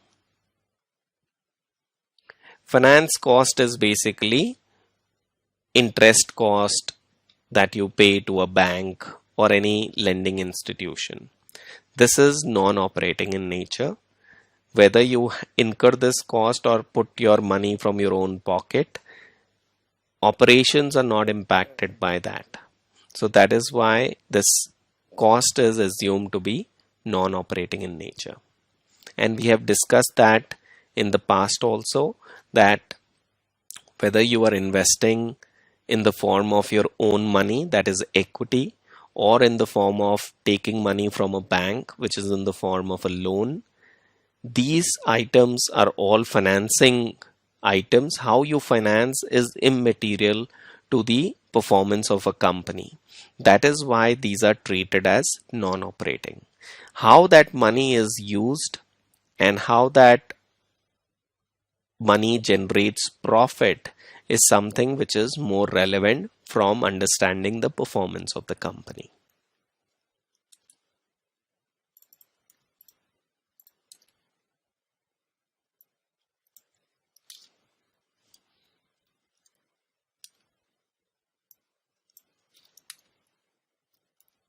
Although given the size of the company, this is extremely small, but oftentimes, if the loans are not managed well within the company, this can create a problem because you may not have enough profit to service your debt. But in case of Hero Motocorp, we don't have that problem. The size of the company is huge and it's kind of a zero debt company. There is hardly any cost associated. The next item is depreciation and amortization expenses. Depreciation happens on plant property and equipment, and amortization happens on the intangibles, assets that you cannot touch, say a copyright. So if, let's say, you have a computer software, and you took it at a certain cost and you know that this will be used for 5 years, so what you do is you divide that over 5 years as a cost, and that is represented in amortization expense. And similarly, if you have a plant and you see a useful life of that plant as, say, 10 years, you divide that cost over 10 years, and that is represented as depreciation expense. So this is very well operating item.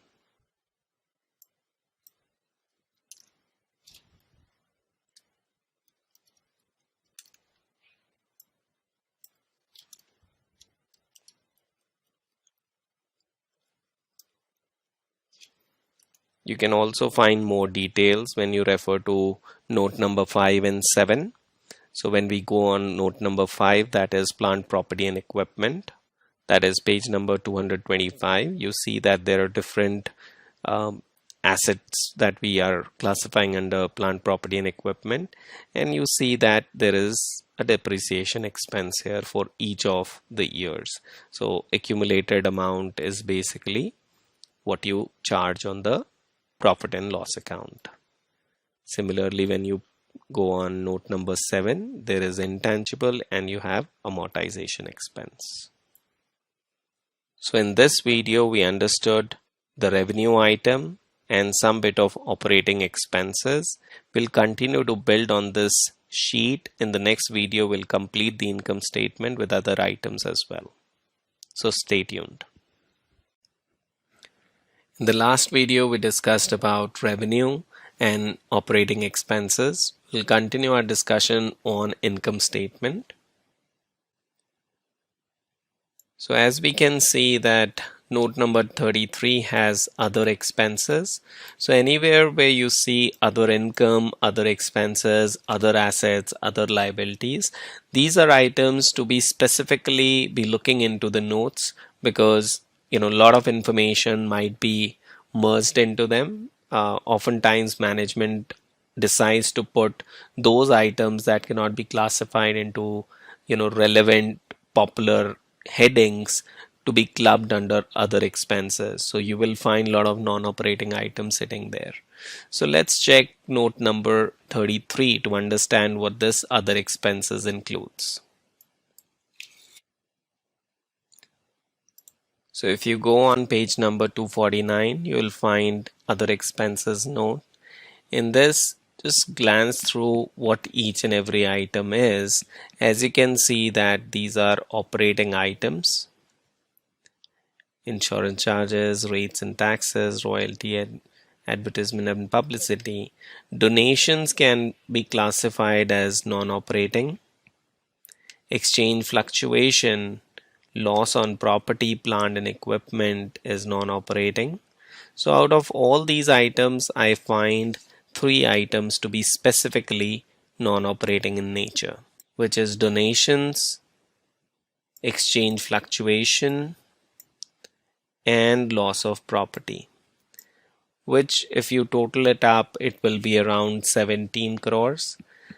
Given our base of total revenue and expenses, 17 crores is not a meaningful number that will have any impact.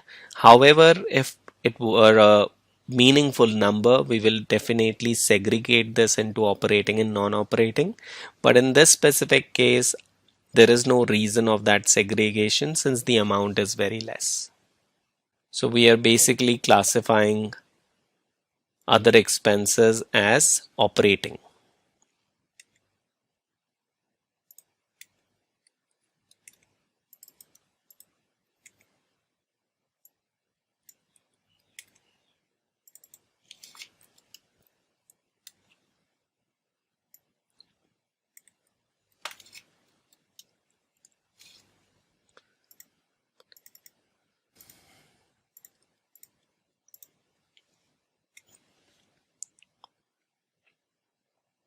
Then we have share in profit of associate, which is again non-operating, and gain on dilution of interest in an associate. An associate is basically a company that you're investing in. Since this company's core activity is not investing in other company, this can very well be taken as non-operating.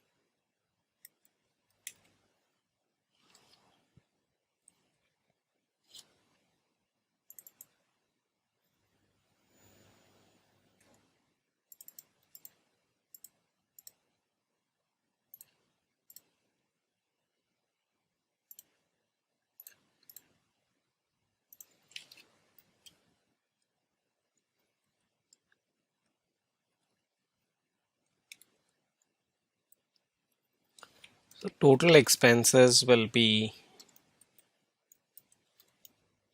this,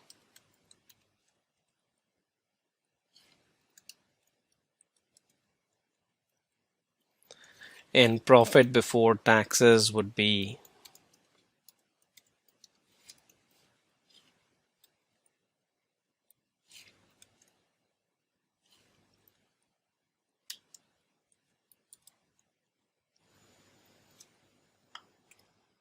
as you can see, it matches.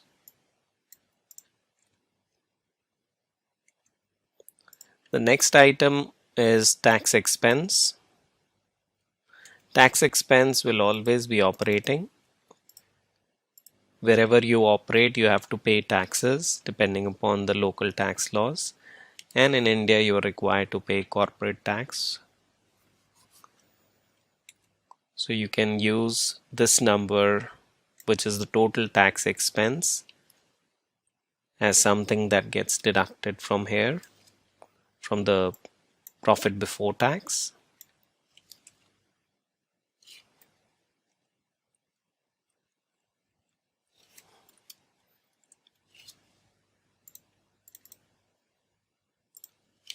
And what you get after this is profit after tax.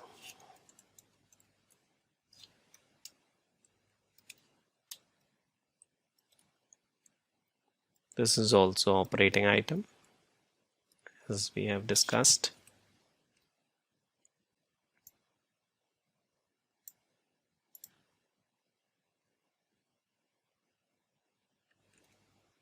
So this is also called net profit. Profit after tax is also called net profit. Now we reorganize the income statement because there are items that are non-operating in nature, and we need to use specific items that are useful for financial statement analysis. For example, revenue from operations is the first line item, which is extremely important, and it is an operating item, followed by, we call them operating expenses. So we know that these are operating expenses. I'll just move them up. These are also operating, so we can call it total operating expenses.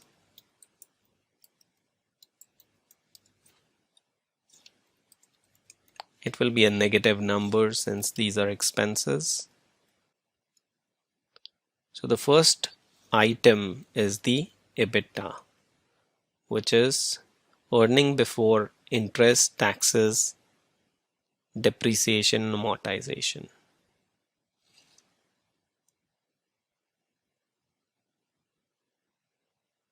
which is revenue minus the expenses.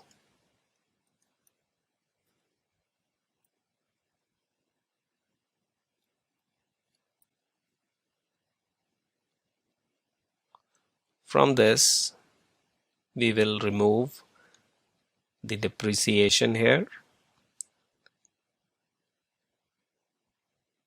and that will give us EBIT.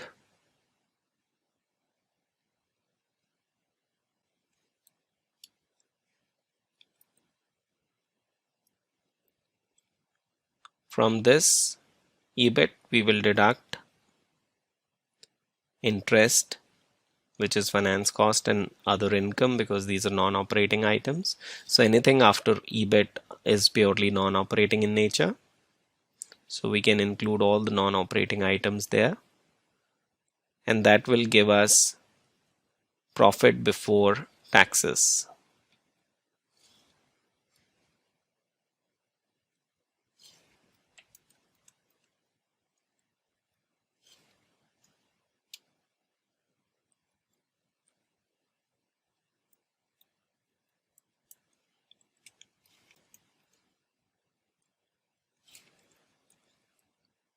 So as you can see, profit before tax here and in our income statement, this matches.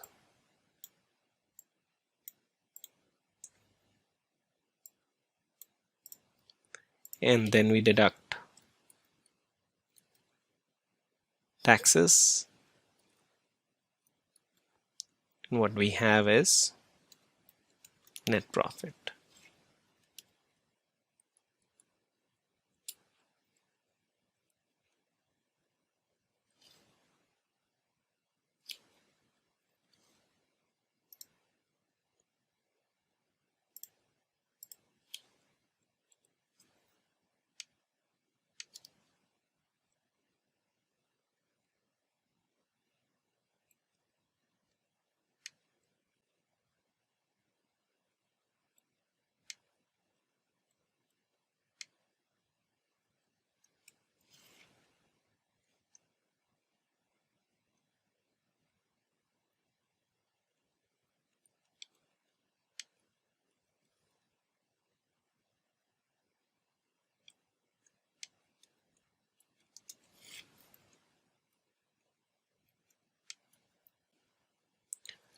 So there are items that you have to be extremely particular on the income statement. That is the revenue of the company, EBITDA, EBIT, and net profit.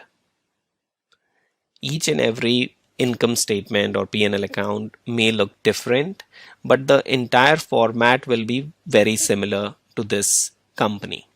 So Hero Motocorp has this format, and we reorganized a bit to just look at EBITDA and EBIT number, although these numbers were not indicated in the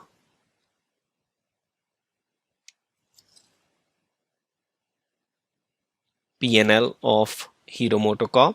Again, EBITDA stands for earning before interest, taxes, depreciation, and amortization. We deduct depreciation and amortization expense, and we get EBIT. From there, we deduct other non-operating items and interest expense. We get profit before tax. We deduct tax expense. We get profit after tax or net profit. So the format for every company will be very similar, although company may classify or name certain item differently. And that you need to refer to the notes to really understand what those items are. With that, we have completed income statement of Hero Motocorp. In the next video, we'll use both these financial statements, that is balance sheet and income statement, and understand how do we do financial statement analysis. So before we proceed to financial statement analysis, let's reflect on the cash flow statement, in which we will be using some bit of information. So let's look at the cash flow statement first. Go on page number 210, where you will find consolidated cash flow statement. There are three subsegments of cash flow statement. First subsegment is cash flow from operating activities. This subsegment includes cash transactions related to operations of the business only. Second subsegment is cash flow from investing activities. This subsegment includes any investment that company plans to make. For example, a new factory related investment by the company. You will find information on the capital expenditure in this particular segment. As you can see, it's written here as the first item also. Third subsegment is cash flow from financing. As the name suggests, a company is financed by debt or equity. These items come in this segment. So now let's look at the cash flow statement items that we are concerned with. So our focus will be on cash flow from operations and how much company is investing in operations.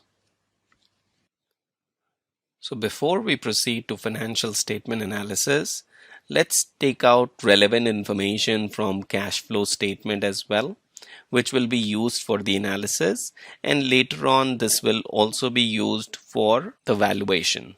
So what we are really interested in cash flow statement is not the entire statement, but rather just two items, I would say. One is net cash flow from operating activities. You can find this under page number 210 of the annual report. And we can see that for 2018, this value is mentioned here, net cash from operating activities. So let's note down this number. The purpose of cash flow statement is different than income statement. In a cash flow statement, we are concerned with the cash accounting, that is actual money that is coming in and going out of the company.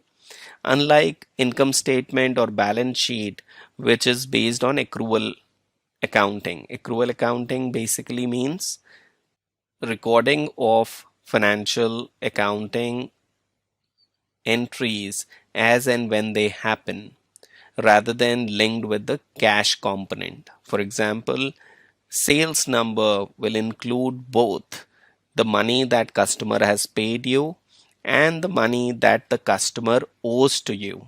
However, when it comes to cash accounting, we are concerned only with the money that is coming into the business. So that is why the purpose of these statements is very, very different.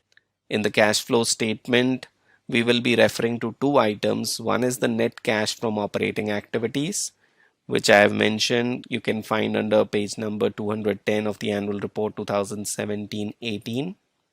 So this is the number for 2018 and this is for 17. And when you scroll down the annual report, you will find that there is cash flow from investing activities. Within this, what we are concerned are two items basically. One is the capital expenditure on plant, property and equipment and intangibles, and proceed from sale of property, plant and equipment. So you can write it as something called capital expenditure, known as capex. It is an extremely important number because this indicates how much the company has to reinvest back into the business in order to continue to generate cash flow. So net cash flow, cash from operating activities and capex. What we are left with is free cash flow. So when you deduct net cash from operating items and the capex, this is what you're left with as free cash flow. So as you can see that we don't have to do a whole lot of analysis in the cash flow statement. Only two items that are required. We just use those items in our analysis. In the next video, we will use all these statements in order to do financial statement analysis. Financial statement analysis. Financial statement analysis is a continuation of accounting that uses the numbers that were registered in order to produce meaningful information and provide some less obvious insights into the company's business. The main purpose is the assessment of the performance and soundness of four critical dimensions. These are growth, liquidity, profitability, and solvency. The understanding of a company's business is a crucial factor that will help us perform a meaningful analysis. We must understand transactions that are classified as operating in some companies and as financial in other companies, because the two companies have different underlying business. For example, in Hero's case, any investments that they were doing were classified as more financing activities or investing activities, but in case of a financial services company, those will be part of the operations. We can also choose to compare the firm with different entities from its industry. An industry analysis consists of comparing the firm's performance against its main competitors or comparing it with an industry average. There are two main types of analysis that we can perform: horizontal and vertical. Horizontal analysis represents the comparison of historical financial information over a series of reporting periods. The main idea is to see if any numbers are unusually high or low with respect to the information about previous periods. For example, we can wonder how much the total revenue increased in percentage compared to the ones observed a year ago. Vertical analysis involves the numbers from the same accounting period. Each item is divided into specified base, which is 100% figure. In the balance sheet, this base is usually the value of total assets, while in the income statement, this is the total revenues figures. We will be creating common size statement at both balance sheet and income statement level to combine the horizontal and vertical analysis. So let's look at Hero Motocorp financial statement analysis section. For simplicity, we have filled additional 3 years. If you remember, we had filled data for only 2 years. But with respect to doing financial statement analysis, especially the horizontal analysis, we need at least 5-year or plus kind of data. We can get data for previous years, that is 2014, 15, 15, 16, even 16, 17 from this link. If you go on this link and if you click on that, you can select any year for which you can download the annual report. So let's create common size statement on the balance sheet side. This is also called trend analysis. We start with plant, property and equipment. As we said, we'll take this number, divide by the total assets, and we have to ensure that we fix the total assets here.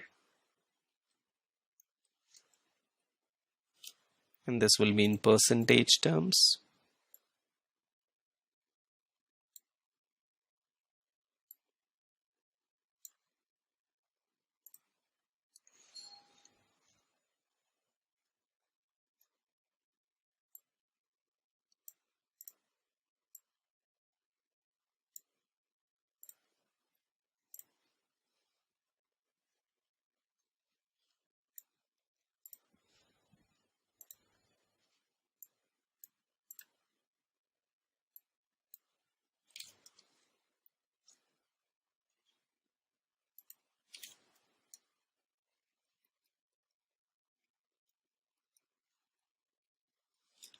So let's fix only the row number here so that it can be dragged.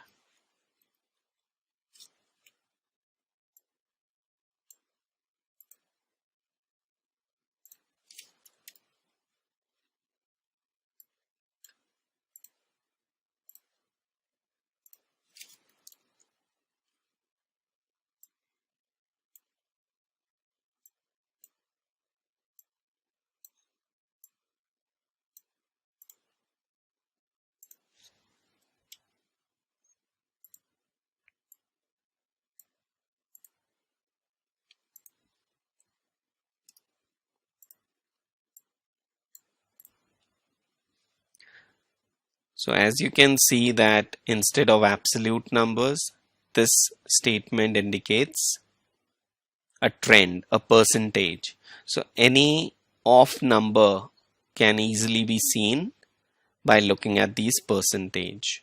For example, if we see our first item, plant, property and equipment, we see that there is a huge jump over a period of time. And when you triangulate this with cash flow statement in terms of the capex, the capital expenditure, you will see that over a period of time, company is investing a lot of money in new factories. And that is the reason plant, property and equipment is increasing.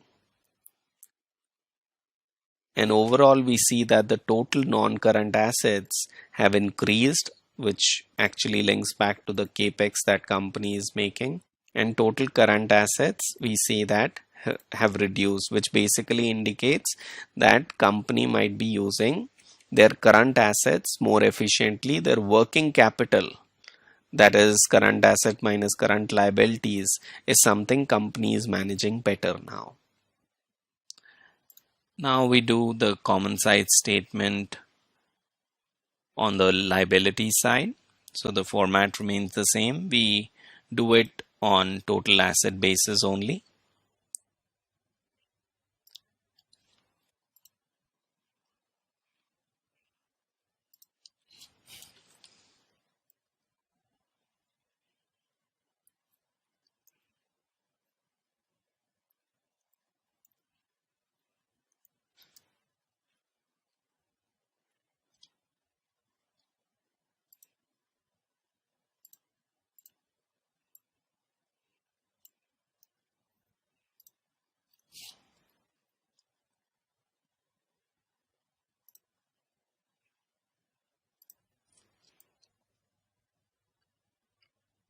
Remember that whether we take total assets or total liabilities, the value will be the same.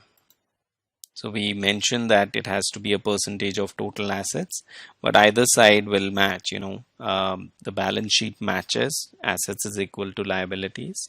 So either side you take. So I'm taking here as liabilities, but even if you take total assets, it will be the same.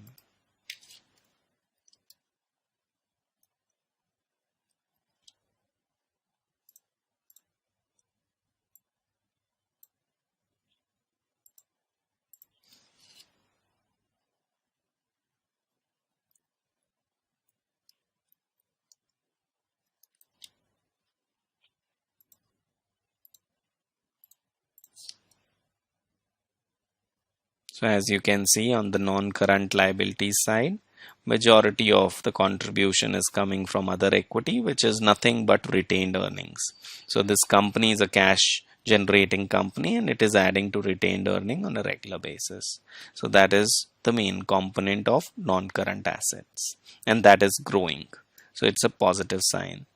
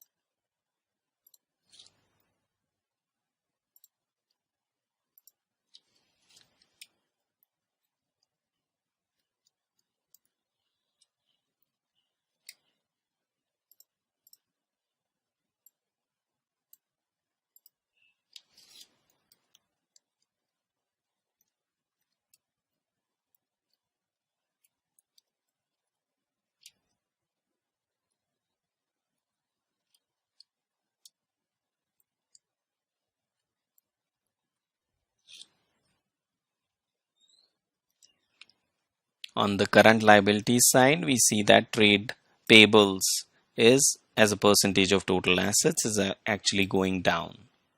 So this is a positive sign.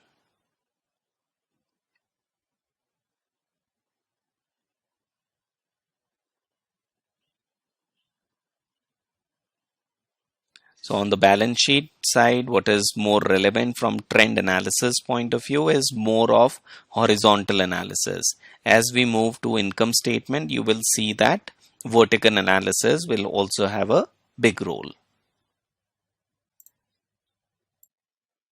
Let's do a similar exercise for income statement.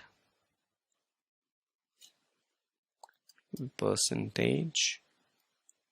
In this, we will be basing everything to the revenue, the total revenue number.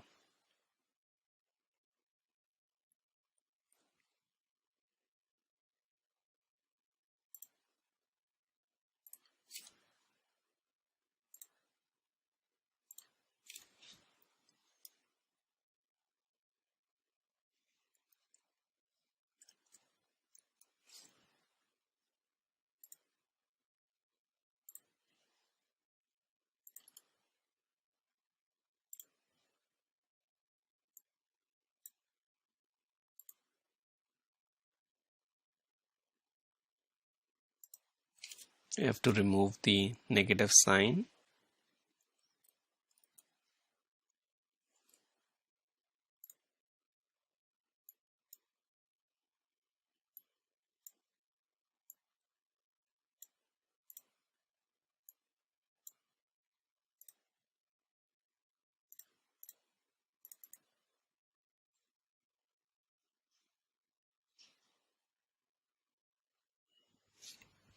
So again, when you reflect on this, you will see that the profitability of the company, the margins are improving actually at net profit and before taxes. Even margins here at EBIT margin and EBITDA margin are improving. This is a positive sign for any company. In this, it uses vertical analysis also. For example, EBITDA margin is using the revenue number of the specific year with the EBITDA of that specific year. So that becomes a vertical analysis. However, it is also using historical numbers because it is combining revenue, as a base across all numbers. So you can also see trends, how they are evolving, in terms of how EBITDA is evolving, let's say, over a period of time. So that's the horizontal analysis. In the next video, we will cover some of the ratio analysis. So stay tuned. So now let's dive into ratio analysis. Ratios are a useful way of expressing financial statements, and we will be looking all these ratios in 4 buckets, that is growth, liquidity, profitability, and solvency. The first is growth. Growth is an important aspect of any business. This growth can be assessed by looking at net sales growth. Every year, how much the company is growing in terms of number of units sold or total revenue. So let's go back to our example, Hero Motocorp. In that, we have already got information with respect to total revenue, which is there in income statement. And we also know that there is excise duty. Although in current time this is GST, but in previous years it used to be considered as excise duty.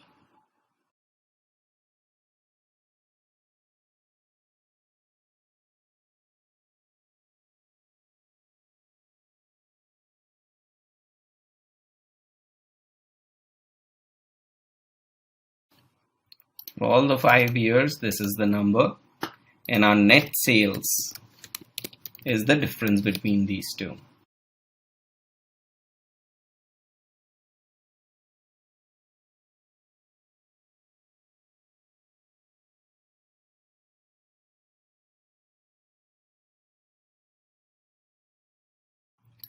And what we are referring as growth, which is sales growth, and this will be a percentage number, is basically the difference between, let's say, 2015 divided by 2014 minus 1.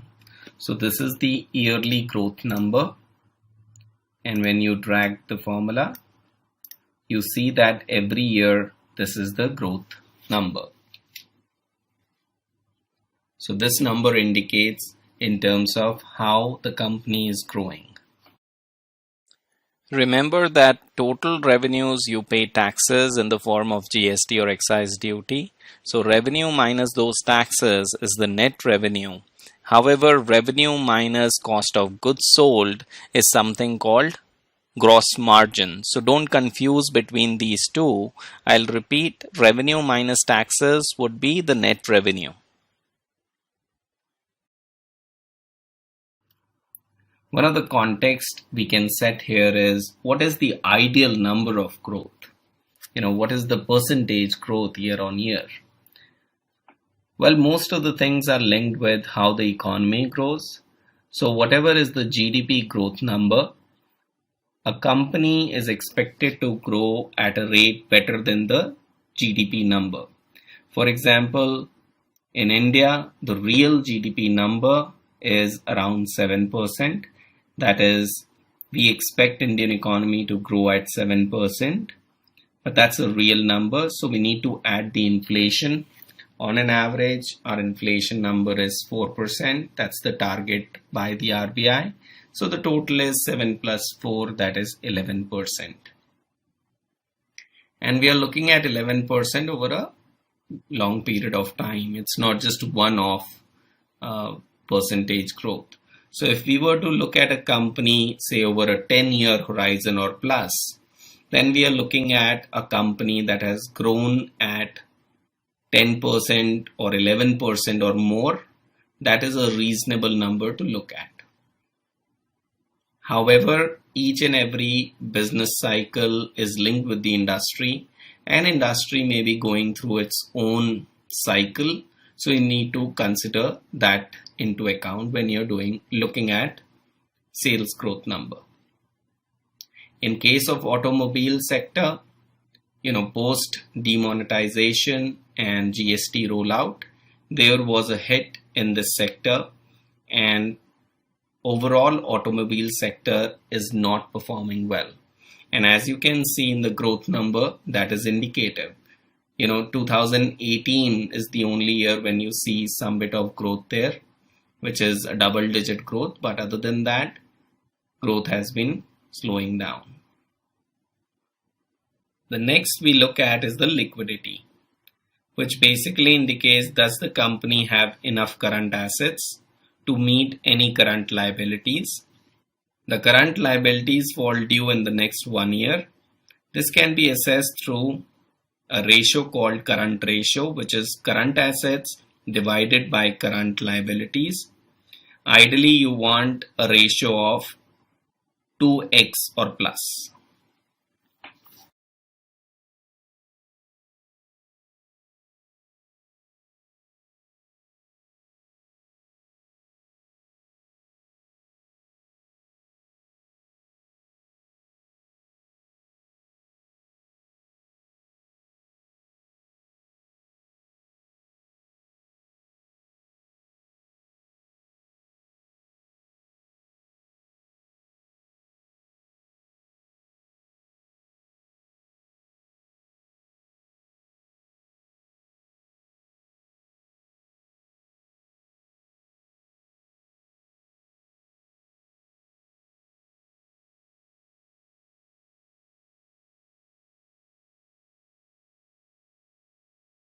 So we must say that the current ratio is actually improving for this company.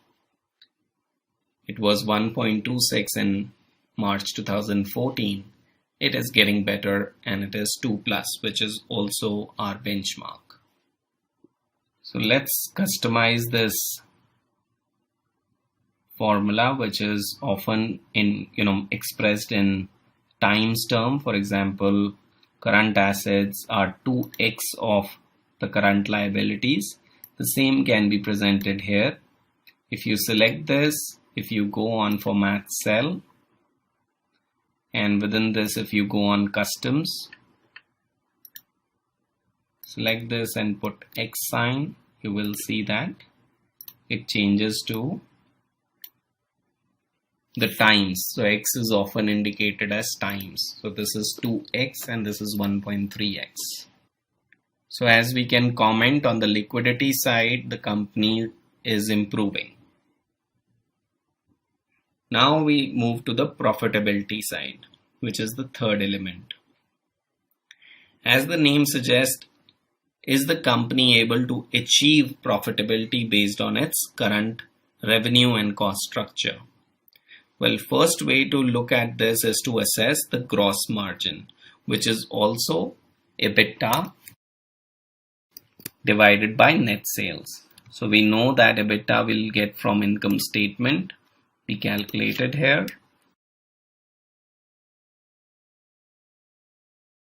And we know that our net sale number we just calculated.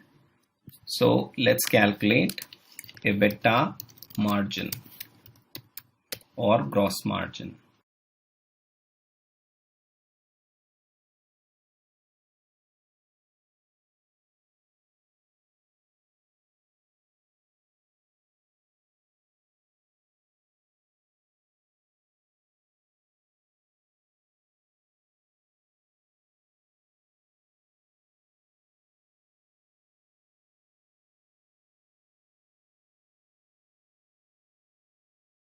As you are aware by now that EBITDA is arrived after meeting cost of sales and general administrative marketing expense and any other operating expense. So this number should be high and it should be positive. In case this number is negative, there may be a concern on the long-term viability of the company. The other way to look at profitability would be looking at how much equity is invested and how much profit is being made. This can be assessed through something called return on equity, also referred as ROE, which is basically net profit divided by shareholders' equity. So we know that net profit we find here divided by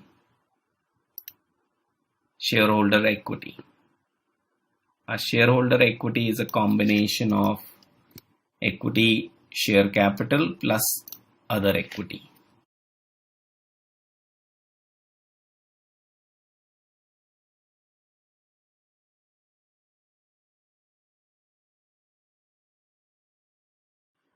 So as you can see, ROE, which is return on equity, although it's quite high, it is still 30% plus throughout last 5 years, but we do see that there is a decline in ROE over the last 5 years. What is causing that decline can also be assessed by looking at various ratios that add up to find ROE. So these ratios are net profit divided by net sales divided by total assets divided by shareholders' equity. If you multiply all these, what will be left is net profit divided by shareholder equity, because net sales number will cancel off and total assets and numerator denominator will cancel off.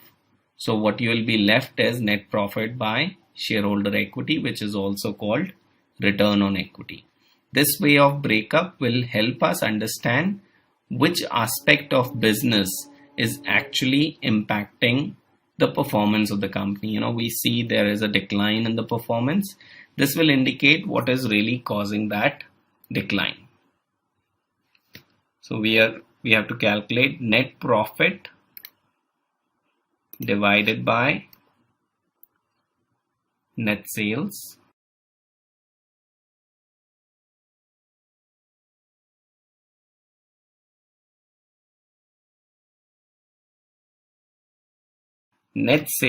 divided by total assets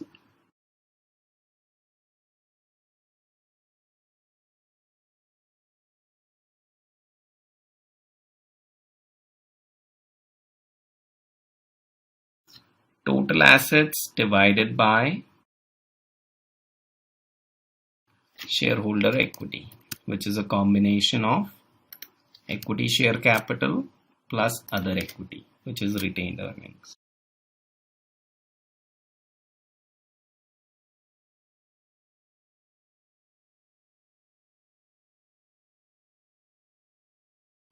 So as I said, return on equity is basically multiplying all these.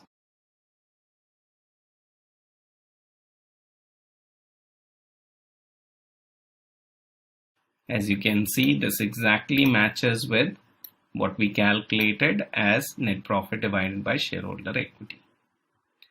So now this description will actually help us indicate what is causing this impact.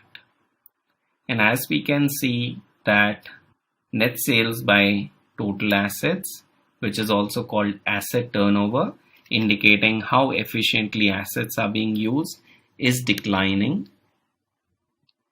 That is, for a given level of sales, the total assets are increasing, which is causing this ratio to decline. So which basically means assets are not as productively used as they were 5 years back. Total asset by shareholder equity is on a decline. So we see that margins are actually increasing for this company. However, more use of asset is causing a problem. And that can be indicated through the use of capex. Capex is basically the money that is being invested in plant, property and equipment, and as you can see, there is a high capex that is being done in the company, which is basically causing the assets to blow up, and that is really dragging the ROE down. So this kind of split is also called DuPont analysis. When you break the ROE into different buckets, this is also called DuPont analysis. So the first we discussed was growth. Second, we discussed the liquidity, and third is the profitability in the form of gross margin and ROE. The fourth bucket is basically solvency. Solvency is to basically assess long-term liquidity of the company. More the debt, more is the interest component. Therefore, debt in the business should be at a reasonable level. If the borrowing goes too high, interest servicing, that is paying interest, may be challenging and can actually lead to bankruptcy of the company.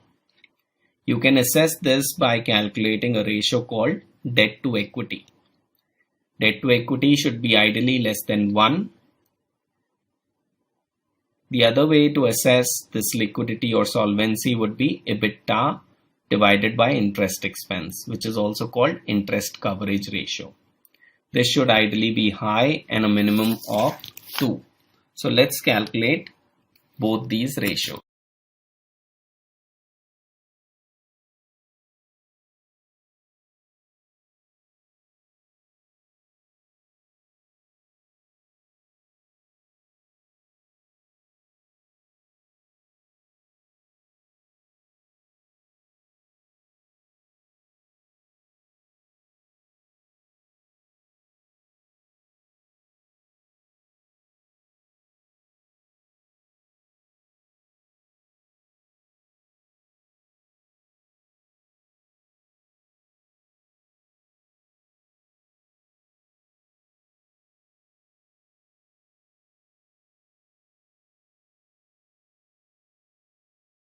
So you can see that it's, ideally it should be less than 1. It's almost equal to 0 here, hardly any debt in the company.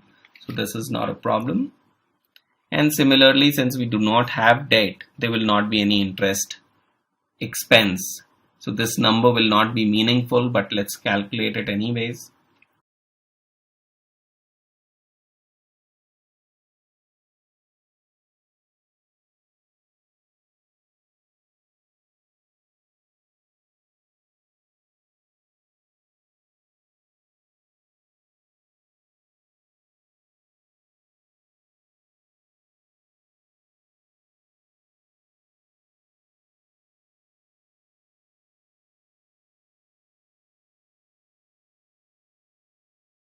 since there is no debt in the company, so it is blowing up this number, the interest coverage ratio, to a very high number, which is actually making this interest coverage ratio as meaningless, which is not relevant number for this company since it is a debt-free company. So I'll just delete this, but you know that there is another method, that is interest coverage ratio, to assess solvency of the company, that is calculated by EBITDA divided by interest expense.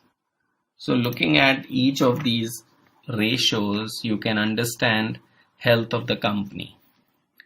So I would say it's negative growth point of view, since we can see that the growth is actually less than 10% on average. We can even stretch it out to see in historical years how this company has performed. In the past, it has performed well, but over the last 3-4 years, it's coming down. So this is a negative indicator. From liquidity point of view, it's positive. It's well managed. Current assets are 2x of current liabilities in the last year, 2018. And from profitability point of view, we see that the margins are improving. So from margin standpoint, it's good, but this company requires a lot of investment in the form of capex. So that is an issue with this company. It requires a lot of capex. ROE is going down, although it is still very strong. 31% ROE is a very good number, but it is on a decline. So we need to be watchful in terms of how much money this company will need from an investment standpoint in order to generate cash flows.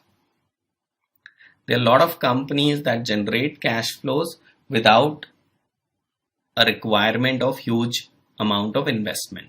For example, a technology firm, once they develop a software, they don't have to invest again and again to generate cash flow. Think about it. Microsoft, when they come up with the software, say Excel, right? And if they are selling that Excel, whether there are 100 users or 100,000 users, they don't have to invest anything extra for generating that kind of revenue. However, in case of a manufacturing entity, say Hero Motocorp, they have to invest into new factories in case they want to increase their capacity. And that may be a concern for this company. The last is the solvency ratio. Since it is a debt-free company, there is no issue with respect to solvency. So it's positive. We also calculated interest coverage ratio, but that's not meaningful. This is a debt-free company, so the interest coverage ratio was too high, which was meaningless. But debt is not a problem for this company. There's hardly any. So with this, we complete most of our analysis work, financial statement analysis work for Hero Motocorp. In the next video, we'll touch upon how to spot manipulations in accounting books. So stay tuned. We have almost covered the entire module now on financial statement analysis. In this last video, we'll be covering how to spot manipulation in accounting books. Although this topic can be as detailed as you want it to be, but we will simplify it into 3 buckets. The first way of looking at it would be a growing difference between net income and cash flow from operations. In general, managements have less flexibility in shaping cash flows than earnings. A growing difference may actually indicate that if the net income is high, that company is booking profit, but company is not getting enough cash. So that may be an area of concern. Well, this divergence between net profit and cash flow from operations need not be assessed on a yearly basis, because you expect money to be paid probably the next year and so on. However, over a long period of time, net profit should not be very different from cash flow, because that would basically indicate that customers' sales was booked but that cash was never received. That can be an area of concern because those could be bogus sales. So let's look at Hero over a period of last 5 years. and see what has been the total net profit and what is the total cash flow from operations. So net income you will find under income statement, and cash flow from operations we have another statement on just the CFO and capex. So as you can see, these are for 5 years. When we total them up,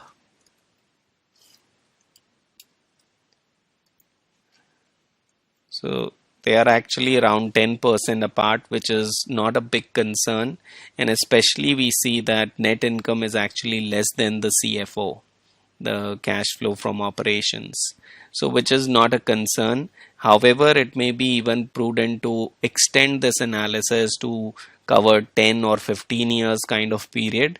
That would be even better. If you see a big divergence even beyond 15-20%, that can be an area of concern and management might be manipulating the books. The second aspect we look at is high total asset growth. So some firms become serial acquirers and use their acquisition to distort their earnings.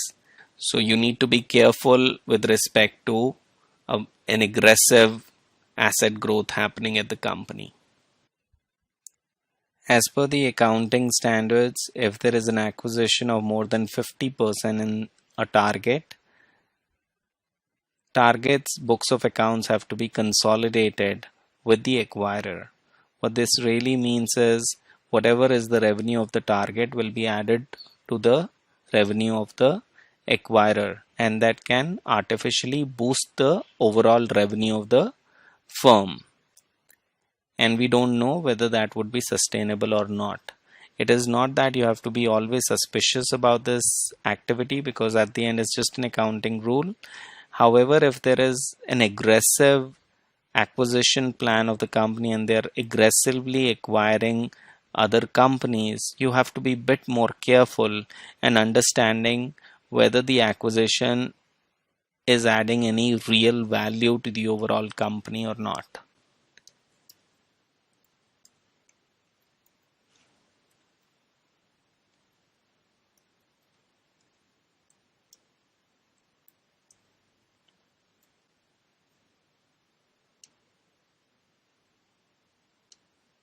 We see that over the last few years, company is growing beyond 10 to 15% kind of asset growth.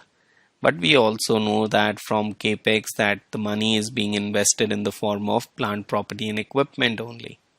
And that is what we saw when we were doing the trend analysis, that a lot of money was going into the plant, property and equipment. So this may be satisfied from that aspect that company is internally investing, and that is why there is a growth in asset side. Even our ROE number was getting impacted. So in this particular case, it's not a problem. But whenever you see companies acquiring other companies and hence the total asset is increasing, they may be distorting earnings. The third and final measure that we recommend is decline in depreciation relative to plant, property and equipment. So to beat the earnings target, a lot of firms can easily alter the estimate of useful life. So if a company changes the useful asset life, then the depreciation will change and hence the net income can be impacted. For example, if the company is using 5 years as the depreciation rate for machinery, and let's say they change the 5 years to 8 years now. So in that case, the depreciation expense would reduce, which will actually lead to boost in the net income. So let's look at Hero Motocorp in terms of what are their depreciation number. So remember that when we were creating income statement, we combined depreciation and amortization together. Here we just need depreciation number. So if you go on the notes to accounts under plant, property and equipment, you will find this depreciation expense as we have discussed earlier. So I'm just using those numbers. So depreciation to plant, property and equipment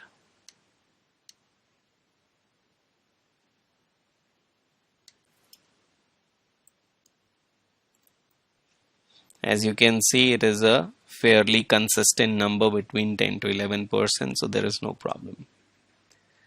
So just to summarize, how to spot manipulation: as you get more experienced, you will be able to frame your own rules as well.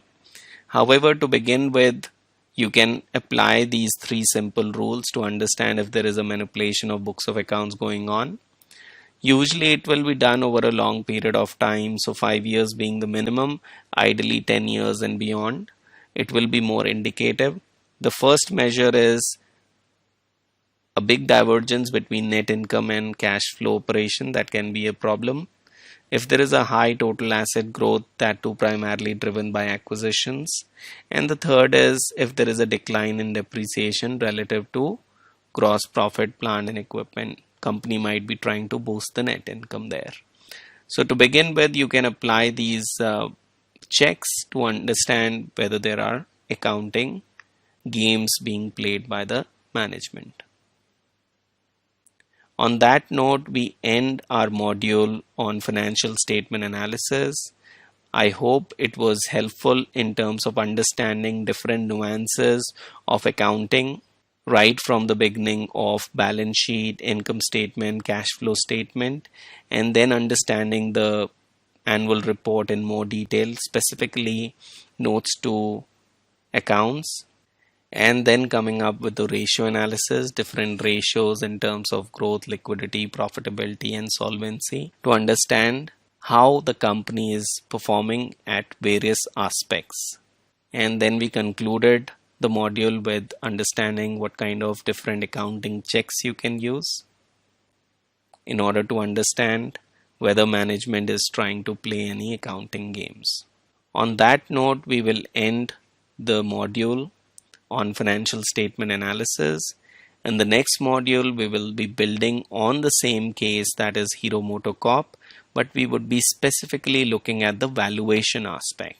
So stay tuned.